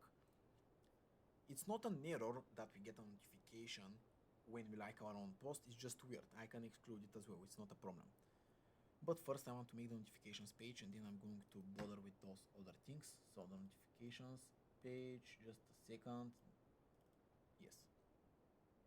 Of course we need to make it here. Use client initially, then const data and session, use session, const data set data is equal to use state as an empty array.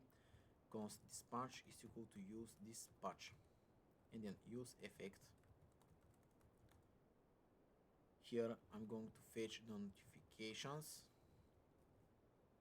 async, and here try catch, come on, try catch, console log error, and here for a try, const headers is going to be equal to authorization, bearer session question mark user question mark access token const data is equal to await API dot get notifications with the headers, and then dispatch fetch current user. This is a very important part that you see here, because this will remove our blue dot that I'm telling you. Set data is data. When we fetch the notifications, I want again to remind you how it works. When we fetch the notifications, we set our own user has notifications to false, and then we update it again to synchronize with the mutated state. So right now, when I click here, just let me refresh the page. We didn't have that previously, but right now, when I click on that, we should have no blue dot. Why we have still that blue dot? Okay, I'm going to display the notifications, then we're going to bother with that blue dot. But it should work like that. Let me again see the API. If I made some mistake, find by user int update set has notifications to false. I think it was has notification. I'm not 100% sure. Has notifications. I think yes, I have written that properly. We're going to bother just in a second. I want to make the notifications page.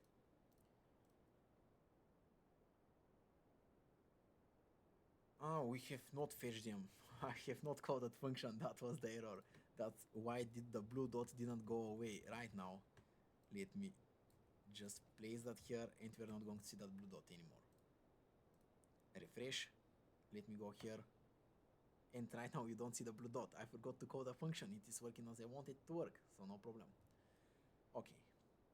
Then here I have a class name of classes.container, classes.wrapper, and here header is going to have the following text. So header notifications, and here back arrow with the typical AI outline arrow left.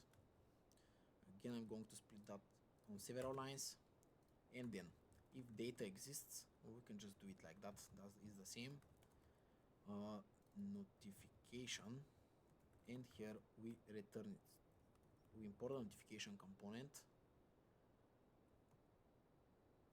and here we pass the key notification underscore ID, and then notification. And again, I'm going to split it on several lines. And here, oh yes, notifications, because otherwise we would get some errors if they were the same name. So don't worry about that. Yes, we have 3 notifications. Great, let me display them. So let me go here to the notification, and let me start implementing it. So we are getting, oops, come on, in the parentheses, notification, and here class name is classes.container. Here it is .classes.wrapper, and then classes.text, and here span bs bew fill size is going to be 30. Class name is going to be classes.icon. h3 is having the notification.text, and below the h3 and below the div I have a span with the created at, which is going to have the format function, and then notification created at. Let me go to the CSS to make it look nice. Again, split the screen. Dot container is going to have height of 8 pixel and width of 100%. Then dot wrapper is going to have padding of 1 rem and border bottom of 1 pixel solid 333. Dot text is going to have margin bottom of 0.25 rem, display of flex, align items of center, and gap of 0.25 rem. Dot icon is display walk, and then the dot created at is having cover of 666. So this is how it's looking. You see how easy it is, very easy. And then, oops, let me go to my page, and here let me close everything, remove the splitted screen, and here let me go to the CSS to style the page a little bit. Actually, we have no CSS when I look at my other screen, so we don't need to style anything. It's looking great. And let me log in from another account. So log out, The logout doesn't work. Oh, okay, we need to make another functionality. No worries. It's very easy to make the logout. Go to the sidebar item and then let me, so go to page. I'm going to place it here. So item.label is equal to log out, to log out. Then we are going to sign out. So let me refresh the page, and I still place it here, go to page, because it's still going to redirect us. So we have logged out and we are here. So I'm going to log in as user1 at gmail.com 123 123. Let me like those posts here. Let me comment on all of them. Great. Let me log out. Let me log in from user123 at gmail.com 123 123. And here we have notifications. Someone liked your post, liked your post, liked your post. And here for the comment, we have not made it to be notified. Let me just fix it. So when we post a comment, I want the person to be notified that someone has done an action to his comment. After this here, await, create notification, post.user ID, and someone commented on your post. So again, let me log out. Here, do you see that bug here? We are on the notifications page, we are logged out, but we are in nowhere. So let me fix that thing. Use session, required, set to true, on unauthenticated, router.push to the login page. And I'm going to import the router just now. Use router, and here it's from navigation. And let me remove that here. Okay, here we are, so we fixed that bug. Want to log in as user1 to comment on the other user. Login, tweet, logout. Here inside the post details we have not made that functionality. Wow, another page that I have not done that. So we need to make it for every single page. Where it is, details, here it is, and import. Right now we should be redirected straight to the login, I mean. We have not imported that. Okay, next, navigation. Okay, here we are, user123 at gmail.com 123 123.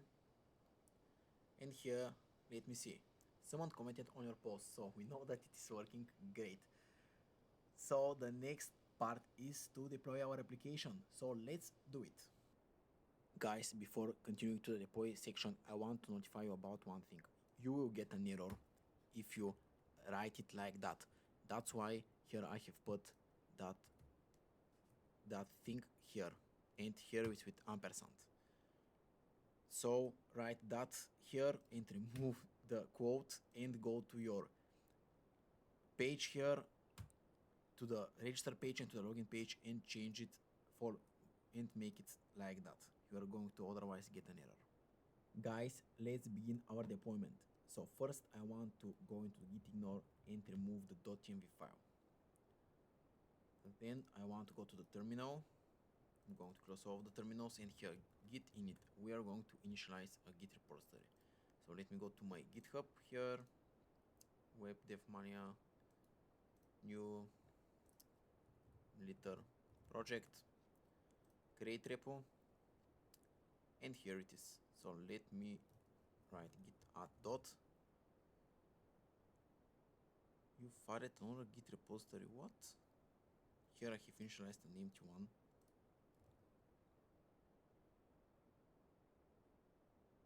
Git init, git add dot, git commit, git push origin main. Probably because I'm here in my root directory. Yes. Git add dot, git commit, git push origin main. I don't know why this error showed up. git branch m main git push origin main. Could not appear, could not read from remote. Oh, sometimes I forgot those GitHub commands. Okay, right now it is going to push the data. Just follow those commands, guys. I was just a little bit tired. So our repository is right here. Great. Let me go to Vercel. I have already logged in Vercel. So if you go here to Vercel, wait, I'm going to log out. This is how it's going to look on the home page. You go to login, continue with GitHub. I'm going to log in with GitHub, and you are straight away into the dashboard. Then project, military project, import. Root directory is going to be, wait, yes, is that the root directory here? Environmental variables. Let me go here. Let me copy them, paste them. And we are going to see if it's a successful deployment. Okay, as you see, it has been successfully deployed, but I want to change some things here inside the settings. But before that, I am going too fast. I need to go here to copy that link. I always like to copy that GitHub link. So here, copy link address. This is the that one that's below. Go to settings, environmental variables, and change here the Next-Auth URL to that one. Save. And then go to lib fetch.js, and here change it as well. And this is a great thing about having one base URL, because only here when you change, it is done throughout the whole application. So we are ready with that part as well. And of course we need to push the changes, to commit the changes. So git add dot git commit changed URLs git push origin main.